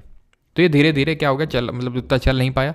1918 तक ये ख़त्म भी हो चुका था आपका, ये जो क्या बोलते हैं 1918 तक फर्स्ट वर्ल्ड वॉर ख़त्म भी हो चुका था आपका। और 1919 का एक्ट आया था, उसमें एज सच कुछ भी होम रूल लीग जैसा ब्रिटिशर्स ने अपनी मंशा जाहिर कर दी थी, हम कुछ नहीं इस तरह का देने वाले। और 1920 में बाल गंगाधर तिलक जी की डेथ हो जाती है, और जब डेथ हो जाती है तो यही होम रूल लीग को गांधी जी स्वराज्य सभा बना डालते हैं 1920 में। ठीक है, स्वराज्य सभा बना देते हैं बाल गंगाधर तिलक जी की डेथ के बाद। 1920 में जब उनकी डेथ होती है तो स्वराज्य सभा ये बना देते हैं गांधी जी, इसी का नाम बदल देते हैं, और बाद में ये कांग्रेस में मर्ज हो जाती है। 1916 में एक लखनऊ में सेशन होता है, अधिवेशन होता है। अभी हम 1916 की बात कर रहे हैं, होम रूल लीग बनती है। तो एनी बेसेंट और बाल गंगाधर तिलक के थोड़े एफर्ट की वजह से क्या होता है कि एक्सट्रीमिस्ट को फिर से साथ लाया जाता है कांग्रेस में। किसके एफर्ट की वजह से, एनी बेसेंट और इनकी वजह से। और माना जाता है जिन्ना के भी कुछ एफर्ट थे इसमें, क्योंकि जिन्ना ऐसा अभी मुस्लिम लीग में ऐसा नहीं था, मुस्लिम लीग का मेन फिगर हो ऐसा ना, अभी तो वो ऐसा ही था, लॉयरशिप प्रैक्टिस कर रहा था। ठीक है, तो इन लोगों ने क्या काम किया, मॉडरेट और एक्सट्रीमिस्ट को जोड़ने का काम किया था। और ये ध्यान रखना कि जिन्ना को father of Hindu Muslim unity किसने बोला था। ठीक है, जिन्ना को ये चीज़ ध्यान रखना, father of Hindu Muslim unity ये बोलने का काम किसने किया था, सरोजनी नायडू ने। ठीक है, सरोजनी नायडू ने जिन्ना को बोला था father of Hindu Muslim unity. वही जिन्ना जो रिस्पॉन्सिबल माना जाता है किसके लिए, जो मार काट हुई थी 1947 में, 1946-47 में पाकिस्तान बनाने के लिए। तो जो भी रायता फैला हुआ है ना, ये पाकिस्तान, बांग्लादेश, पीओके, ये सब हम बोल सकते हैं कहीं ना कहीं घुमा फिरा के जिन्ना का किया धरा है। क्योंकि जिन्ना मतलब अड़ गया था, हमने देखा था अपनी बात पे कि हमें तो सेपरेट एक नेशन चाहिए।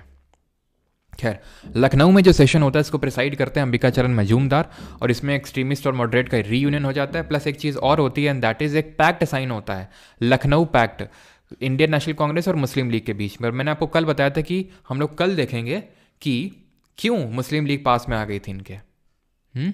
इसलिए आ गई थी पास में क्योंकि हमने देखा 1912 में कैपिटल शिफ्ट हो गया, पार्टीशन एन्यूल हो गया था, तो मुस्लिम्स अब ब्रिटिशर्स से भी चिढ़े हुए थे। तो इसलिए इन लोगों ने कांग्रेस के साथ हाथ मिला के ज्वाइंट डिमांड रखी ब्रिटिशर्स के सामने। जैसे कि एक इनका ज्वाइंट डिमांड था कि जो सेक्रेटरी ऑफ स्टेट होता है, किस एक्ट से इस पोजीशन को क्रिएट किया गया था, कमेंट में बताएंगे। तो इस सेक्रेटरी ऑफ स्टेट को भारत के पैसे से मत इसकी सैलरी निकले, आप खुद पे करो, क्योंकि ब्रिटिश पार्लियामेंट का बंदा है, वहीं बैठता है, तो आप खुद पे करिए, हमारी उससे मत, या इंडियन एक्सचेकर से उसको पैसा मत दीजिए। जो कि बाद में ब्रिटिशर ने एक्सेप्ट किया, जो 1919 का एक्ट आया। न्यू इंडिया और कॉमनवेल्थ किसने लिखी, एनी बेसेंट ने। ठीक है, एनी बेसेंट ने लिखी। अल हिलाल और कॉमरेड, ठीक है, ये किसने लिखी, तो मौलाना आज़ाद ने। क्या ये डाउट किसका, एक सेकेंड रुको सर, तुनक सामर तो बेटा समझ जाओ, है ना। मैं ब्लॉक इसलिए नहीं करता हूँ क्योंकि फिर तुरंत दूसरे आईडी से मैसेज करने लगोगे कि सर प्लीज़ रिमूव कर दो। तो प्लीज़ इस तरह के कमेंट मत करें ना, इससे जो मेन डाउट हैं वो फिर छूट जाते हैं। तो अल हिलाल किसने लिखी, मौलाना अबुल कलाम आज़ाद ने। अब मौलाना अबुल कलाम आज़ाद ने। और कॉमरेड किसने लिखी, मोहम्मद अली ने। ठीक है, तो ये कुछ न्यूज़पेपर्स हैं जिनके बारे में आपको पता होना चाहिए। New India, Commonwealth Annie Besant ने, मौलाना अबुल कलाम आज़ाद ने लिखा अल हिलाल, और कॉमरेड लिखा मोहम्मद अली ने। ठीक है, या फिर पूरा नाम अगर आपको लिखना है तो मौलाना मोहम्मद अली। ठीक है, तो यहाँ पर लेक्चर होता है हमारा ख़त्म। यहाँ तक कहाँ तक पहुँच गए हम? 1916 से गांधी जी आ चुके हैं, अब 1917 से कल करवाएंगे। कल नहीं, मंडे को होगा, ठीक है, क्योंकि कल तो सैटरडे संडे है। वैसे कल तो मैं क्लास ले लेता, लेकिन कल थोड़ा कुंभ नहाने जाना है, तो इसलिए फिर कल क्लास नहीं हो पाएगी। वैसे भी कल वैसे सैटरडे संडे को तो होती नहीं है, ठीक है। खैर, जिन लोगों को इंग्लिश का, जो लोगों को बैच लेना है तो वो ले सकते हैं, उसी में आपको इंग्लिश मिल जाएगा। अलग से इंग्लिश का बैच लेने की ज़रूरत नहीं है। और आज से इंग्लिश की क्लास स्टार्ट हो जाएगी, जो काफ़ी टाइम से बंद चल रही थी, बिकॉज सर को टाइफाइड हो गया था, ठीक है। अगर आप अलग से इंग्लिश लेना चाहते हैं बैच तो ले सकते हैं। बाकी जीके के बैच के अंदर आप लोगों को पता होगा ये है, ठीक है। किसी को कुछ डाउट वगैरह होता है, क्वेरी वगैरह होती है, तो आप यहाँ चैट सेक्शन में आके पूछ सकते हो अगर कुछ आपका डाउट क्वेरी होता है। ये आपका जीके का बैच है, जिसके अंदर जीके तो है ही है, ठीक है, सारे आपके जो सब्जेक्ट्स हैं, प्लस इंग्लिश एंड कंप्यूटर भी इसी के अंदर है। कोर्स का वैलिडिटी 1 साल के लिए इतना है, और लाइफ टाइम के लिए इतना है। सारा चीज़ें आपको उसी के अंदर मिल जाएगा। ऑलराइट, थैंक यू नहीं, अभी करते हैं क्वेश्चंस, ठीक है। और क्वेश्चंस देखिए आप कितने बना पा रहे हैं। क्वेश्चन को मिस मत किया करिए, ठीक है, क्योंकि क्वेश्चन मिस करेंगे तो फिर रिवीजन इफेक्टिव नहीं होगा, और जब इफेक्टिव रिवीजन नहीं होगा तो पढ़ी हुई चीज़ें वहाँ पर आप नहीं कर पाएंगे, ठीक है। इंडिया विंस फ्रीडम भी है, लेकिन वो एक बुक है, तो वो जब हम किताबें वाला स्टैटिक जीके पढ़ेंगे तो तब देखेंगे इंडिया विंस जो फ्रीडम बुक है, ठीक है। ये बुक का नाम है, या न्यूज़पेपर में बता रहा था आपको, ठीक है। इंडिया विंस जो फ्रीडम है एक किताब का नाम है, इट इज़ अ बुक, ठीक है। सर आपका पढ़ाने का स्टाइल बहुत अच्छा है, प्लीज़ पीसीएस के लिए फाउंडेशन कोर्स लेके। सर बज बज नहीं, बज बज होता है। अच्छा, बज बज होता है, मुझे तो लगा था बज बज होता है। बज बज प्रोनाउंस करते हैं, ठीक है। सर मुझे साथ ले चलो कम भाई, ये तो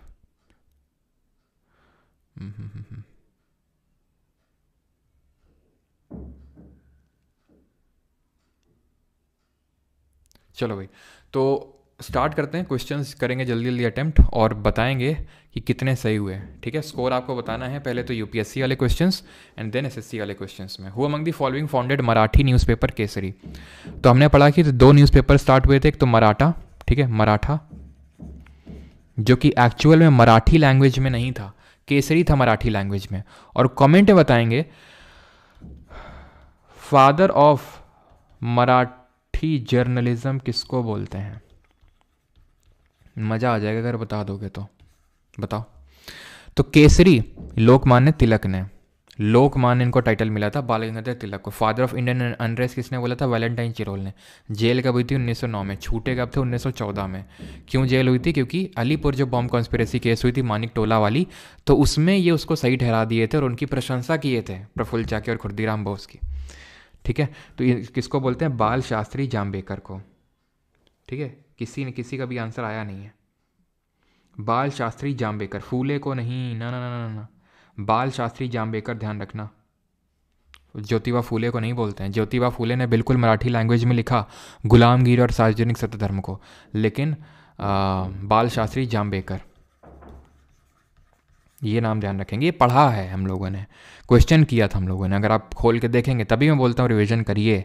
नहीं अभी जो वही मेंस में हुआ कि वहाँ पे याद ही नहीं आया, जो पढ़ी हुई चीज़ें थी मोस्टली, लेकिन वहाँ पे जाके याद नहीं आ रही। जिसने इफेक्टिव रिवीजन किए थे तो उसका स्कोर शूट अप किया, और थोड़ा सा लक फैक्टर, अगर थोड़ा जो गेसेस वगैरह किए वो सही हो गया तो और शूट कर गया। लेकिन अगर आपको एक थ्रेशोल्ड मार्क्स चाहिए तो आपको रिवीजन अप करना पड़ेगा, ठीक है। तो जाम्बेकर फादर ऑफ मराठी जर्नलिज्म कहे जाते हैं। The year 1916 is important in Indian history for, तो क्यों इंपॉर्टेंट है? 1916 क्या हुआ था? लखनऊ सेशन हुआ था कांग्रेस का, कांग्रेस और लीग के बीच में, मुस्लिम लीग के बीच में एक पैक्ट हुआ था, या फिर होम रूल लीग, यहाँ होम रूल लीग का गठन हुआ था। ध्यान रखेंगे, लखनऊ सेशन एक तो बना था कांग्रेस, ये हुआ था कांग्रेस का, कांग्रेस और लीग के, मुस्लिम लीग के बीच में एक पैक्ट भी साइन हुआ था, और फॉर्मेशन हुआ था होम रूल लीग का। तीनों ही सही होंगे, ऑप्शन नंबर डी, ठीक है। होम रूल लीग हमें पता है कौन बनाता है, एक तो बाल गंगाधर तिलक बनाते हैं और एक एनी बेसेंट बनाती हैं। इनका जो हेडक्वार्टर था वो पूना में, इनका मद्रास में, ठीक है। इनका मेन ऑपरेशन कहाँ चल रहा था? CP, Berar, Karnataka, Maharashtra, excluding Bombay. इनमें इनका बॉम्बे इंक्लूडेड था, बॉम्बे सिटी। और ये कब हुआ था?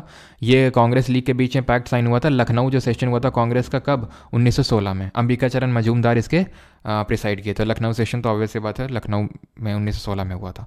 The headquarter of Ghadar Party या फिर मूवमेंट कहाँ पे था हेडक्वार्टर? फाउंडर कौन था? फाउंडर थे भाई बरकतुल्ला, ठीक है, सोहन सिंह भाखना, लाला हरदयाल, करतार सिंह, ये सब इसके फाउंडर्स थे। हेडक्वार्टर सैन फ्रांसिस्को यूएसए में था। न्यूयॉर्क में किसका हेडक्वार्टर था? वो थियोसॉफिकल सोसाइटी थी जो 1875 में बनती है। Which of the following, which of the above was or were actively associated with the Ghadar party? Barindra Kumar Ghosh, जोगेश चंद्र चैटर्जी, रास बिहारी बोस। तो ध्यान रखेंगे ये जो ऊपर दो नाम आपको दिख रहे हैं ये सिविल सर्विसेज का क्वेश्चन है। बरिंद्र कुमार घोष और जोगेश चंद्र चैटर्जी ये अनुशीलन समिति से एसोसिएटेड है जो बंगाल में बनती है उससे, ठीक। रास बिहारी बोस आंसर होगा। अब आपको समझ में आया, रास बिहारी घोष और बोस अलग अलग हैं। रास बिहारी घोष हैं 1907 में जो कांग्रेस के सेशन को प्रेसाइड किए थे। ये रास बिहारी बोस वो हैं जो गदर पार्टी से एसोसिएटेड थे, ठीक है। और इनको जापान ने अपना जो एक हाई सिविलियन अवार्ड है वो भी दे के रखा था, ऑर्डर ऑफ राइजिंग सन जिसको बोलते हैं। और इन्होंने ही Indian national order of rising sun ये जापान ने इनको दे के रखा था। और इन्होंने ही इंडियन नेशनल आर्मी जिसको बाद में सुभाष चंद्र बोस ने ज्वाइन किया था उसको फॉर्म किया था इन्होंने। वैसे फॉर्मेशन तो एक्चुअल माना जाता है मोहन सिंह ने किया था। ऑर्डर ऑफ राइजिंग सन ये जापान ने इनको अवार्ड दिया था, ठीक है। तो 3 ओनली इसका सही आंसर होगा, option number D. Who among the following was the voice of India in 1905? जब बंगाल का पार्टीशन हुआ था तो वॉइस रॉय कौन था? मिंटो था, रिपन था। रिपन के रिगार्डिंग क्या देखे थे? वीपीओ को रिपील किया, आर्म्स एक्ट को रिपील किया 1882 में, फैक्ट्री एक्ट लाया 1881 में, हंटर एजुकेशन कमीशन आया इसके टाइम पे, इल्बर्ट बिल कंट्रोवर्सी हुई इसके टाइम पे, father of local self government बोलते हैं इसको हम। और इसके टाइम पे पहली सिंक्रोनाइज्ड या कंप्लीट सेंसस हुई 1881 में। और पहली इनकम्प्लीट या फिर अनसिंक्रोनाइज्ड सेंसस किसके टाइम पे हुई थी?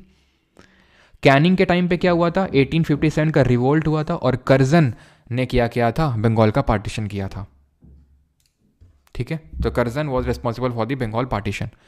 और मैंने क्या क्वेश्चन पूछा था? पहला इनकम्प्लीट वो 1872 में हुआ था मेयो के टाइम पे। मेयो कौन था?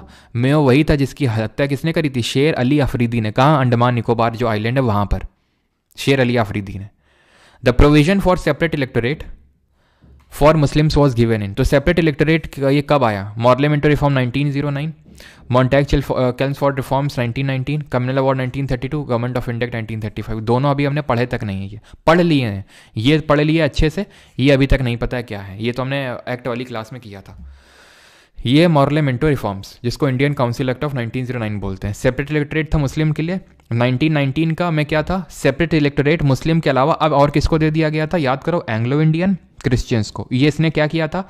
डायरकी लेके आया था। ये कहाँ पे? द्वैय शासन लेके आया था प्रोविंसेस पे। ये बाई कैमरल लेजिस्लेचर लेके आया था, द्विसदनीय विधानमंडल सेंट्रल लेवल पे, केंद्रीय लेवल पे बाई कैमरल लेजिस्लेचर लेके आया था। और इन दोनों को उलट करने का काम, पलट करने का काम इस एक्ट ने किया था, जिसने डायरकी हटा दी थी प्रोविंसेस से और सेंटर में डायरकी ले आया था। और 6 आउट ऑफ 11 प्रोविंसेस को बाई कैमरल लेजिस्लेचर दे दिया था इसने, जिसने ऑल इंडिया फेडरेशन बनाने की मांग कही थी। और यही था एक्ट जो हमारे कॉन्स्टिट्यूशन का मेन स्ट्रक्चरल जो पार्ट है, संरचनात्मक जो भाग है, वो इसी एक्ट से लिया गया है। क्लियर है? और मॉर्लेमेंटो रिफॉर्म ने और क्या किया था कि एक इंडियन वॉइस रॉय के एग्जीक्यूटिव काउंसिल में शामिल हो पाएगा। और वो कौन थे पहले बने थे जो वॉइस रॉय के एग्जीक्यूटिव काउंसिल में शामिल हुए थे? और क्या किया गया था? जो इंडियन लेजिस्लेटिव काउंसिल है उसकी मेंबरशिप बढ़ाई गई थी, 16 से 60 करी गई थी। इंडियन जो लेजिस्लेटिव काउंसिल है उसकी मेंबरशिप, उसकी जो स्ट्रेंथ है। और जो पहले बने थे वो सत्येंद्र प्रसाद सिन्हा बने थे। सत्येंद्र नाथ टैगोर वो थे जिन्होंने पहले इंडियन बने थे सिविल सर्विसेज को क्वालिफाई करने के लिए। ठीक है, क्लियर है यहां तक सभी को? चलो अगला क्वेश्चन करते हैं, and that is at the beginning of the swadeshi movement in 1905 who was the secretary of Bangiya, ठीक है, बंगिया साहित्य सभा का कौन सेक्रेटरी था 1905 में? रविन्द्रनाथ टैगोर, रामेंद्र सुंदर त्रिवेदी, सतीश चंद्र मुखर्जी या फिर राजा सुबोध मलिक? ठीक है, तो इसका आंसर होगा रविंद्रनाथ टैगोर जी थे। ठीक है, ये जो बंगीय साहित्य परिषद बनी थी उसके secretary. Who among the following succeeded Lala Hardayal as the secretary of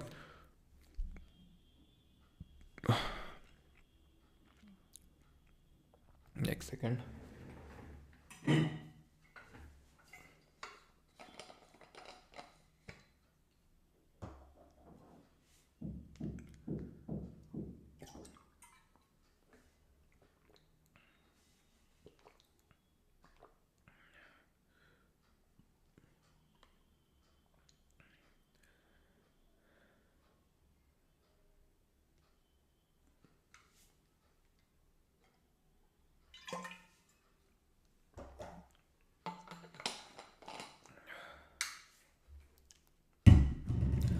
तो who among the following succeeded Lala Hardayal as the secretary of the Ghadar Party? तो भाई संतोख सिंह, सोहन सिंह भाखना, रामनाथ पुरी या फिर तारकनाथ दास। तो ध्यान रखना है कि इनके बाद सेक्रेटरी जो बने he was Sohan Singh Bhakna, option number B.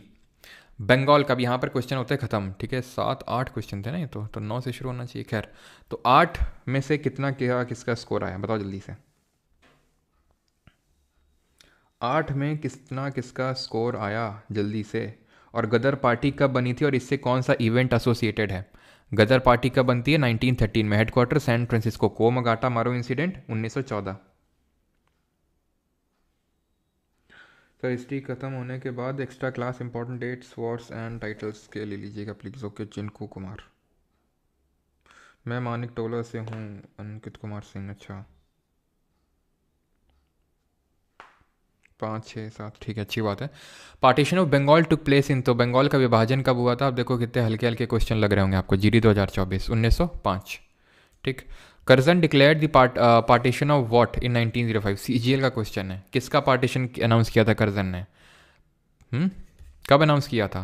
जुलाई में। एनफोर्स कब हुआ था? अक्टूबर में। What is the official reason given by britisher? Britisher ने क्या रीज़न दिया था पार्टीशन करने का बंगाल का? ईजी मूवमेंट हो सके आर्मी का, एक्सट्रीमिस्ट एक्टिविटीज़ को चेक उस लगाने के लिए, यानी कि उस पर लगाम लगाने के लिए, इकोनॉमिक प्रोग्रेस के लिए, या एडमिनिस्ट्रेटिव कन्वीनियंस? एडमिनिस्ट्रेटिव कन्वीनियंस, प्रशासनिक कारणों से। लेकिन एक्चुअल रीज़न क्या था? To weaken the nerve centre of nationalist activities. But what name did Vinayak Savarkar form a secret organisation of revolutionaries in the year 1904? 1904 में इन्होंने क्या बनाया था? तो याद करो, 1904 में विनायक सावरकर ने अभिनव भारत बनाया था, जिसमें कि मर्ज कर दिया था मित्र मेला, जिन्होंने अपने भाई के साथ बनाया था 1899 1899 में। याद है, ये आपका 1899 में बना था और इसको मर्ज कर दिया था 1904 में इसके साथ। पंजाब नौजवान भारत सभा ये बनाते हैं भगत सिंह, हम देखेंगे आगे चल के। ये एचआरए बनती है 1924 में। फॉरवर्ड ब्लॉक सुभाष चंद्र बोस 1939 में। 1939 में, सब आगे देखेंगे ये। Who among the following stated in 1902 India was not ruled for its benefit but rather for the benefit of its conquerors? कि इंडिया को जो है वो रूल उसके बेनिफिट के लिए नहीं किया जा रहा है, बल्कि जो जिसने कॉन्कर कर रखा है। मैंने क्लास के शुरुआत में ये चीज़ आपसे बोली थी जब आप में से किसी ने पूछा था कि यानी बेसेंट क्यों सपोर्ट कर रही थी इंडिया का, ठीक है। तो ऑप्शन नंबर बी, ये CPO 2024 इसी बार का सवाल है ये। Before the partition of Bengal in 1905 Bengal was the biggest province of British India. It consisted of parts of which of the following states? तो कौन कौन से पार्ट्स थे जो बंगाल में इंक्लूडेड थे? यूपी उड़ीसा, यूपी बिहार, बिहार उड़ीसा, या फिर बिहार छत्तीसगढ़? तो ये इंक्लूडेड थे बिहार और उड़ीसा के पार्ट। याद है आपको कि यहाँ पर ये वेस्टर्न बंगाल में आज का वेस्ट बंगाल, बिहार, उड़ीसा, और यहाँ पर असम, देन बांग्लादेश, ये सब इंक्लूडेड थे। देन बाद में जब पार्टीशन को एन्यूल किया गया था, ठीक है, जब पार्टीशन को एन्यूल किया गया था बाद में, तो क्या किया गया था? पार्टीशन को एन्यूल करने के बाद असम को एक सेपरेट प्रोविंस बना दिया गया था, बिहार और उड़ीसा को भी अलग कर दिया गया था। Who among the following founded the Servants of India Society 1905 with the help of MG Ranade? MTS 2024, Gokhale, ठीक है, option number A. Which of the following party supported the move for partition of Bengal? तो किसने सपोर्ट किया था? गदर party ने। भाई गदर पार्टी तो अभी तक पिक्चर में ही नहीं आई थी, क्योंकि वो 1913 में बनती है। लाला हरदयाल, सोहन सिंह भाखना, भाई बरकतुल्ला, परमानंद और करतार सिंह, ठीक है, ये सब, इन सब लोगों ने बनाया था 1913 में। और पार्टीशन तो 1905 में हुआ था। फॉरवर्ड ब्लॉक भी हम आगे चल के देखेंगे 1939 में बनती है। कम्युनिस्ट पार्टी 1920 में जाके बनती है, ये भी हम आगे देखेंगे। ऑल इंडिया मुस्लिम लीग जो कब बनती है? 30 दिसंबर 1905 को बनती है। नवाब सलीम उल्ला और आगा खां इसको बनाते हैं। इन 1908 Dash and Praful Chaki threw a bomb at a carriage that was occupied, they believed, by Kingsford, an unpopular judge of Muzaffarpur. तो किसने बम फेंका था? प्रफुल्ल चाकी, जिन्होंने कि क्या कर लिया था? सुसाइड कर लिया था। और खुदीराम बोस, जिनको कि हैंग कर दिया गया था, ठीक है। आगे बढ़ते हैं। भगत सिंह अभी पिक्चर में नहीं आए हैं। Moved by the swadeshi movement, dash painted is famous image of Bharat Mata portraying her as an aesthetic figure. किसने भारत माता का पोर्ट्रे बनाया था? सत्येंद्र नाथ टैगोर, जिन्होंने कि ये तो पहले इंडियन थे जिन्होंने कि क्वालिफाई किया था सिविल सर्विसेज को, है ना। और अभिनिंद नाथ टैगोर इसका सही आंसर होगा, जिन्होंने Indian society of oriental art, मैंने आपको ये करा अभी लिखवाया भी था वहाँ पर, इसको याद रखेंगे, ठीक है। जो अगर आपको याद हो तो नंदलाल बोस कौन थे? बताओ जल्दी से। Who was Nandlal Bose?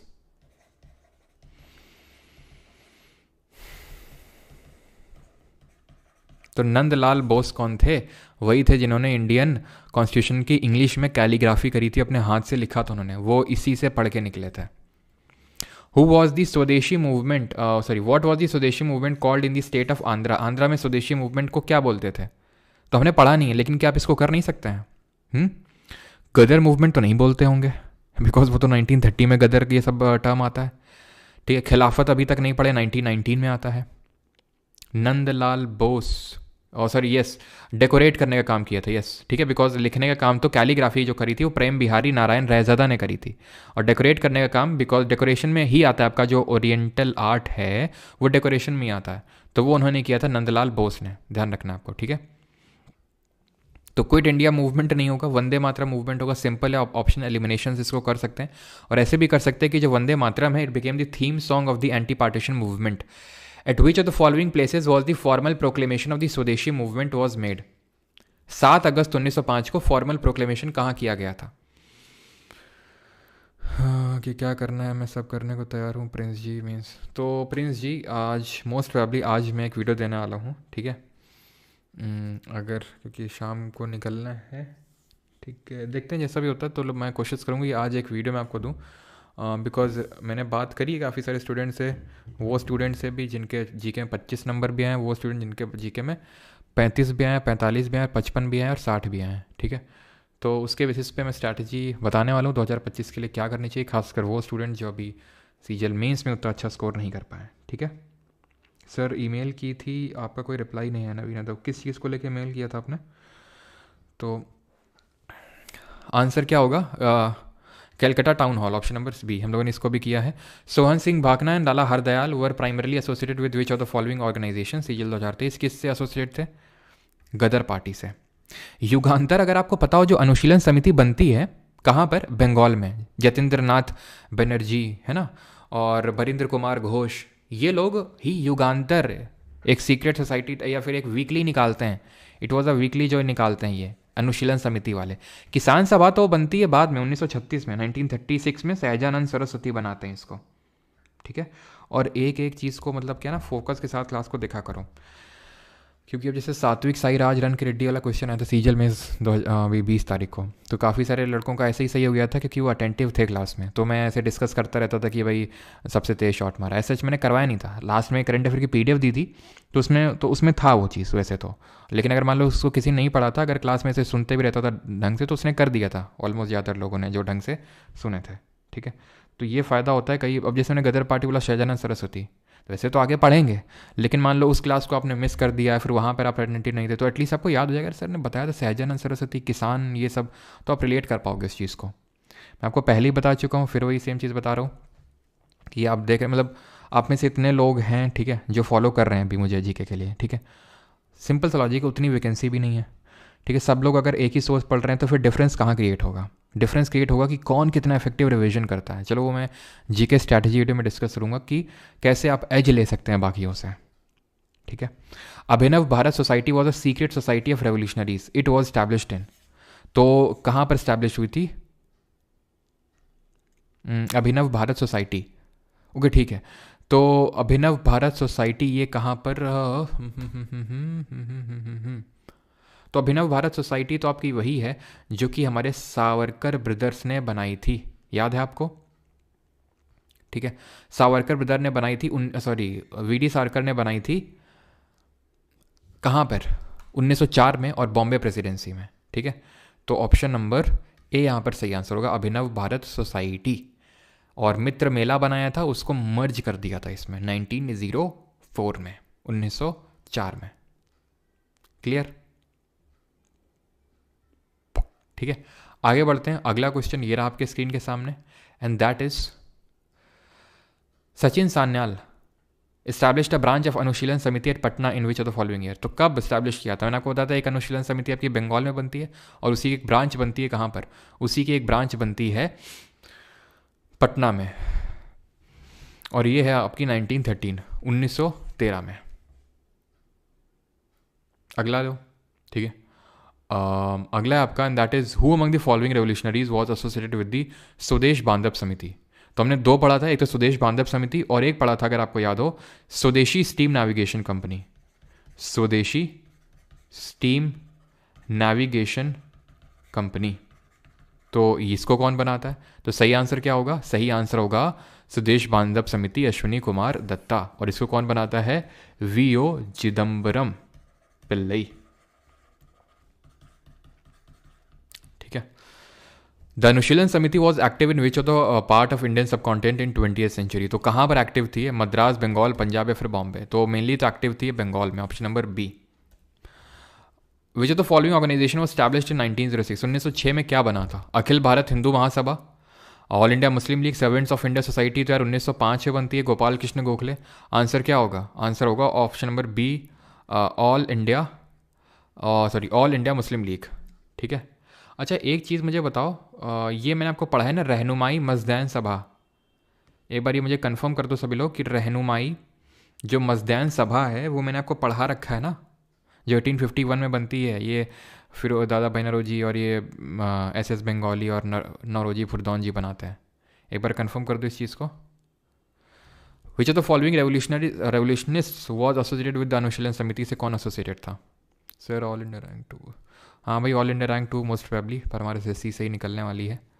ठीक है। कल एक्चुअल में अब इतने सारे मैसेजेस पड़े हैं ना, ये मैसेज तो सबने उसी दिन कर दिए थे। ठीक है। इस बंदे ने भी, जो आंध्रा का है ये स्टूडेंट, तो उसने भी मैसेज कर दिया था। ऑल इंडिया रैंक 5 भी यहाँ से निकलने वाली है। ठीक है। 8, 9, 10 मोस्ट प्रोबेबली यहाँ से निकलने वाली है। ठीक है अभी तक। बाकी तो अभी और भी मैसेज ढेरों पड़े हुए हैं। कल मैंने देखा ये, और 2 का 5 का, तो कल देखा अभी और भी बहुत सारे ऐसे मैसेजेस पड़े हुए हैं। ठीक है। तो जतेंद्र मोहन सेन गुप्ता आंसर होगा ऑप्शन नंबर, क्योंकि सुखदेव तो अभी नहीं है। ठीक है। राजगुरु, भगत सिंह और ये सब सुखदेव जो हैं आगे आएंगे, अभी इनका पिक्चर में कोई रोल नहीं है। ठीक है। ऑप्शन नंबर डी आंसर होगा। नहीं पढ़ा है क्या? No no no no, okay okay okay okay okay okay okay.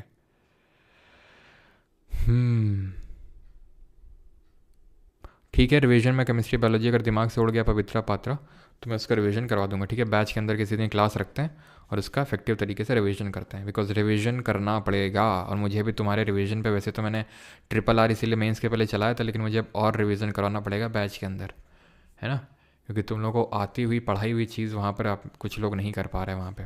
ठीक है। मस्दैन सभा ऐसे कुछ है इसका। ठीक है। मस्दैन सभा, ये तुम अभी लिख लो। अब या तो जो लोग खुद से नोट्स बना रहे हैं वहाँ पे नोट्स में ऐड कर लो, लेकिन मैं नोट्स में तो आपका ऐड करवा दूंगा। ठीक है।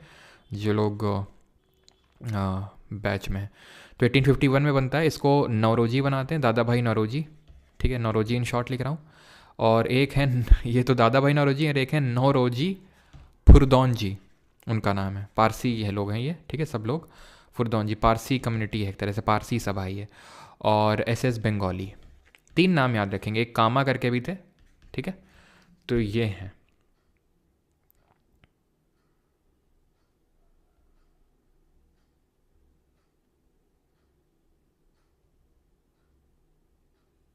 चलो अगला है ये, at which of the following jails was Khudiram Bose sent to the gallows. किस जेल में भेजा गया था, देन उनको फांसी दे दी गई थी? चिटगांव, बारीसाल, मुजफ्फरपुर। ठीक है। Option number C. एक चीज़ और नोट कर लेंगे, एंड जैसे कि यहाँ पर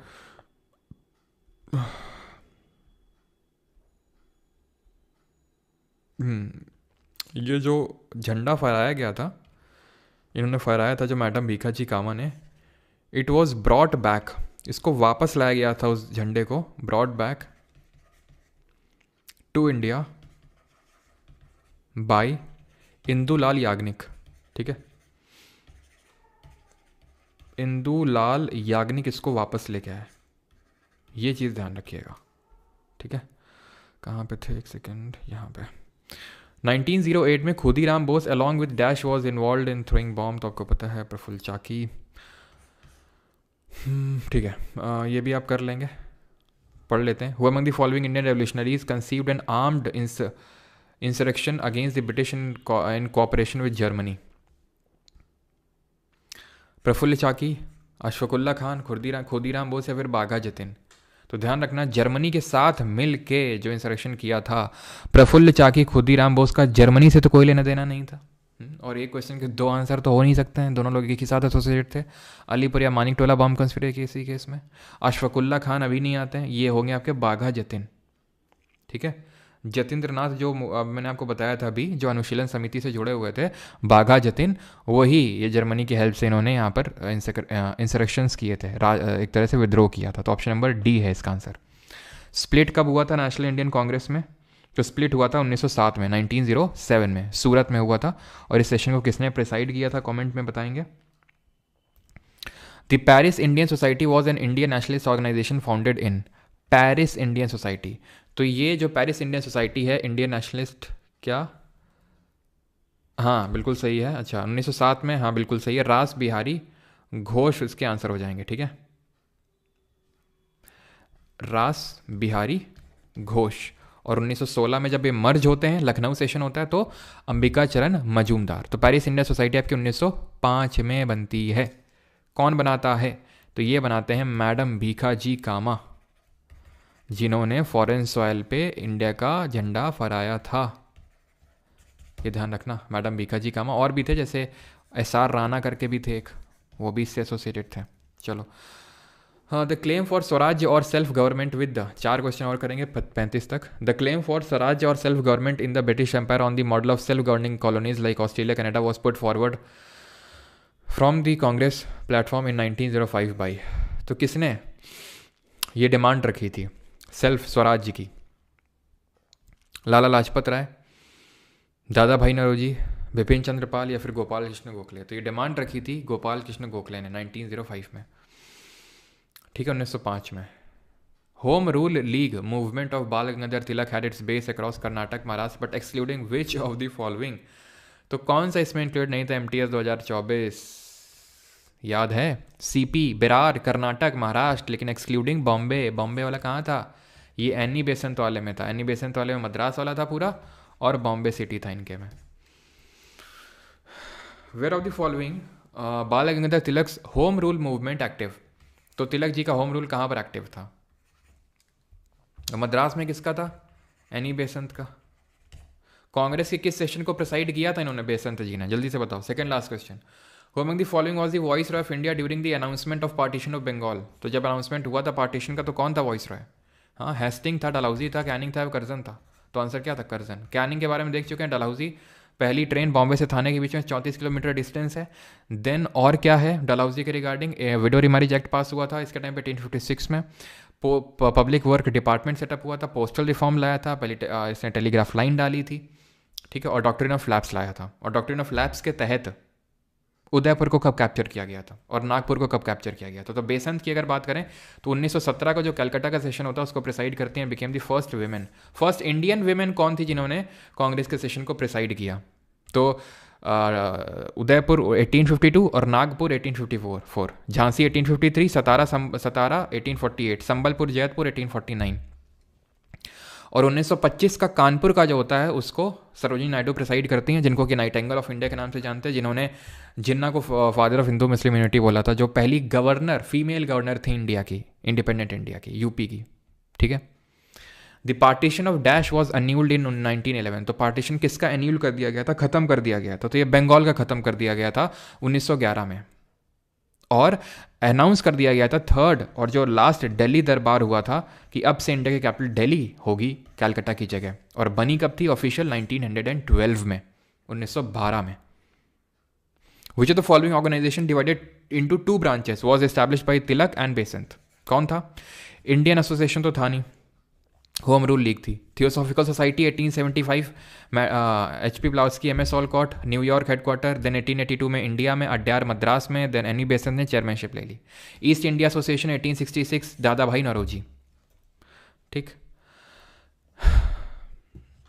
इंडिया हाउस किसने बनाया था USA में?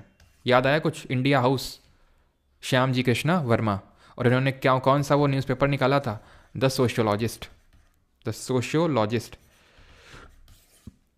VD सावरकर और GD सावरकर ने क्या किया था? इन्होंने बनाया था मित्र मेला 1899 में। और इन्होंने क्या किया था? 1908 में बम फेंका था, ठीक है। इतना बम मारेंगे, इतना बम मारेंगे, इलाका धुआं धुआं हो जाएगा। हजरात हजरात हजरात, है कि नहीं? तो 1908 में ये बम फेंक के मारा था। और इसी को मानिक टोला, फिर मुजफ्फरपुर या फिर अलीपुर बम कॉन्स्पिरेसी केस के नाम से जानते हैं। What is the name of the famous British social reformer known for founding Indian home rule league? तो आपको पता है बेसंत जी हैं। किसने बोला था कि इंडिया की पूरी लाइब्रेरी जो है ना वो बराबर नहीं है, एक ढंग की एक किताब ले लो ब्रिटिशर्स की? ऐसा किसने बोला था? चलो भाई, तो अगला है and this is this. Sir batch switch करना फ्रॉम जी के 1 to 3.0। एक निधि जी एक कूपन कोड दे देंगे, आपके बैच का जो प्राइवेट टेलीग्राम ग्रुप है उसी में अभी एक कूपन कोड मिल जाएगा, उसको यूज़ करिएगा, ठीक है? तो उसे स्विच करिएगा, डायरेक्टली नहीं, बिकॉज उसमें आपको हैवी डिस्काउंट मिल जाएगा, ठीक है? तो which are the following of the first principal of the Bengal National College in 1906? जो 1906 में बंगाल नेशनल कॉलेज बना था उसके पहले प्रिंसिपल कौन थे? तो Satish Chandra Mukherjee, option number B. But इसमें मैं थोड़ा जो डाउट है थोड़ा सा, एक बार मैं इसको कंफर्म करूँगा, ठीक है? एक बार डाउट है, एक बार मैं इसको नहीं होगा तो आपके कंफर्म कर दूंगा कि भाई कौन था, लेकिन मेरे हिसाब से अभी के लिए आपको यही मानना है कि यही थे आपके, कौन? जो सतीश चंद्र मुखर्जी हैं, ठीक है? तो ऑप्शन नंबर बी। देखो रास बिहारी घोष तो नहीं होंगे, ये भी नहीं होंगे, ठीक है? रास बिहारी घोष तो आपके कांग्रेस से जुड़े हुए, तो थोड़े इंडिपेंडेंट। हाँ, ये तो सतीश चंद्र मुखर्जी, सतीश चंद्र मुखर्जी, सतीश चंद्र मुखर्जी, ये भी आई थिंक जुड़े हुए थे अभिनव भारत सोसाइटी से। तो अरबिंदो घोष इसमें अभी के लिए टिक कर लो, ठीक है? बाकी तो मैं एक बार आपको कंफर्म कर दूंगा, ठीक है? अभी के लिए अरबिंदो घोष आप टिक कर लो, बाकी फिर मैं आपको एक बार कंफर्म कर दूंगा, लेकिन मेरे हिसाब से ये होना चाहिए, ठीक है? ऑफिशियल आंसर की में भी देखना पड़ेगा। अगला है गदर पार्टी, आखिरी क्वेश्चन है ये। गदर पार्टी वॉज फाउंडेड इन, तो गदर पार्टी कब बनी थी? 1913 में। और कोमागाटा मारू इवेंट कब हुआ था? 1914 में। तो 4-5 क्वेश्चन तो आप कर ही सकते हैं, या मार सोनार बांग्ला और केसरी, ये सब तो हलवा क्वेश्चन एकदम, है ना? चलो भाई, किससे डिक्लेयर किया गया था? In which among the following act was Delhi declared as the capital, ठीक है? दिल्ली को कैपिटल किस में डिक्लेयर किया गया था? एंड हमारी केसरी सब कर लेंगे, फेमस फेस्ट ऑफ। तो कौन थे एक्सट्रीमिस्ट, बताओ इसमें से कौन थे एक्सट्रीमिस्ट?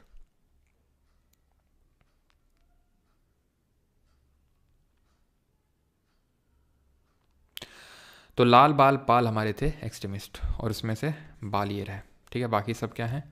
ये सब हैं आपके मॉडरेट्स, ठीक है? दिल्ली कैपिटल किससे अनाउंस करी गई होगी एक्ट से? पार्लियामेंट एक्ट 1900, भाई 1919 में तो हो ही चुका था, इतने पहले इतने बाद में तो होगा नहीं अनाउंस, तो उसी के जो पहले एक्ट आया होगा उसी से किया गया होगा, है कि नहीं? चलो भाई, तो यहाँ पर क्वेश्चंस भी होते हैं हमारे ख़त्म। एक का दुक्का क्वेश्चन आपको होमवर्क करना है, बाकी ये 1 ईयर वैलिडिटी बैच है, ये लाइफ टाइम है। जो जीके 1.0 जीके 2.0 में पहले से थे अपने प्राइवेट टेलीग्राम ग्रुप चेक कर लेना। 2.0 में तो मैंने मॉर्निंग में डाल दिया था, 1.0 में भी डाल दूंगा, तो कूपन उसको यूज़ कीजिएगा। कूपन मैं बता भी देता हूँ, एक सेकेंड रुको, मुझे खुद देखना पड़ेगा। परमार 2.0 है शायद इसका, एक बार चेक करना, ठीक है? तो उसमें क्या है ना कि आपको डिस्काउंट मिल जाएगा जो लोग उसमें हैं। एक सेकेंड, परमार 2.0, ठीक है? ये जो 2.0 में नहीं हुआ तो ये वाले भी यूज़ कर लेना, इसी को ही अभी मैं उसको एक्टिवेट करवा दूंगा जो 1 में है, ठीक है? जिनको अगर स्विच करना है तो। चलो भाई।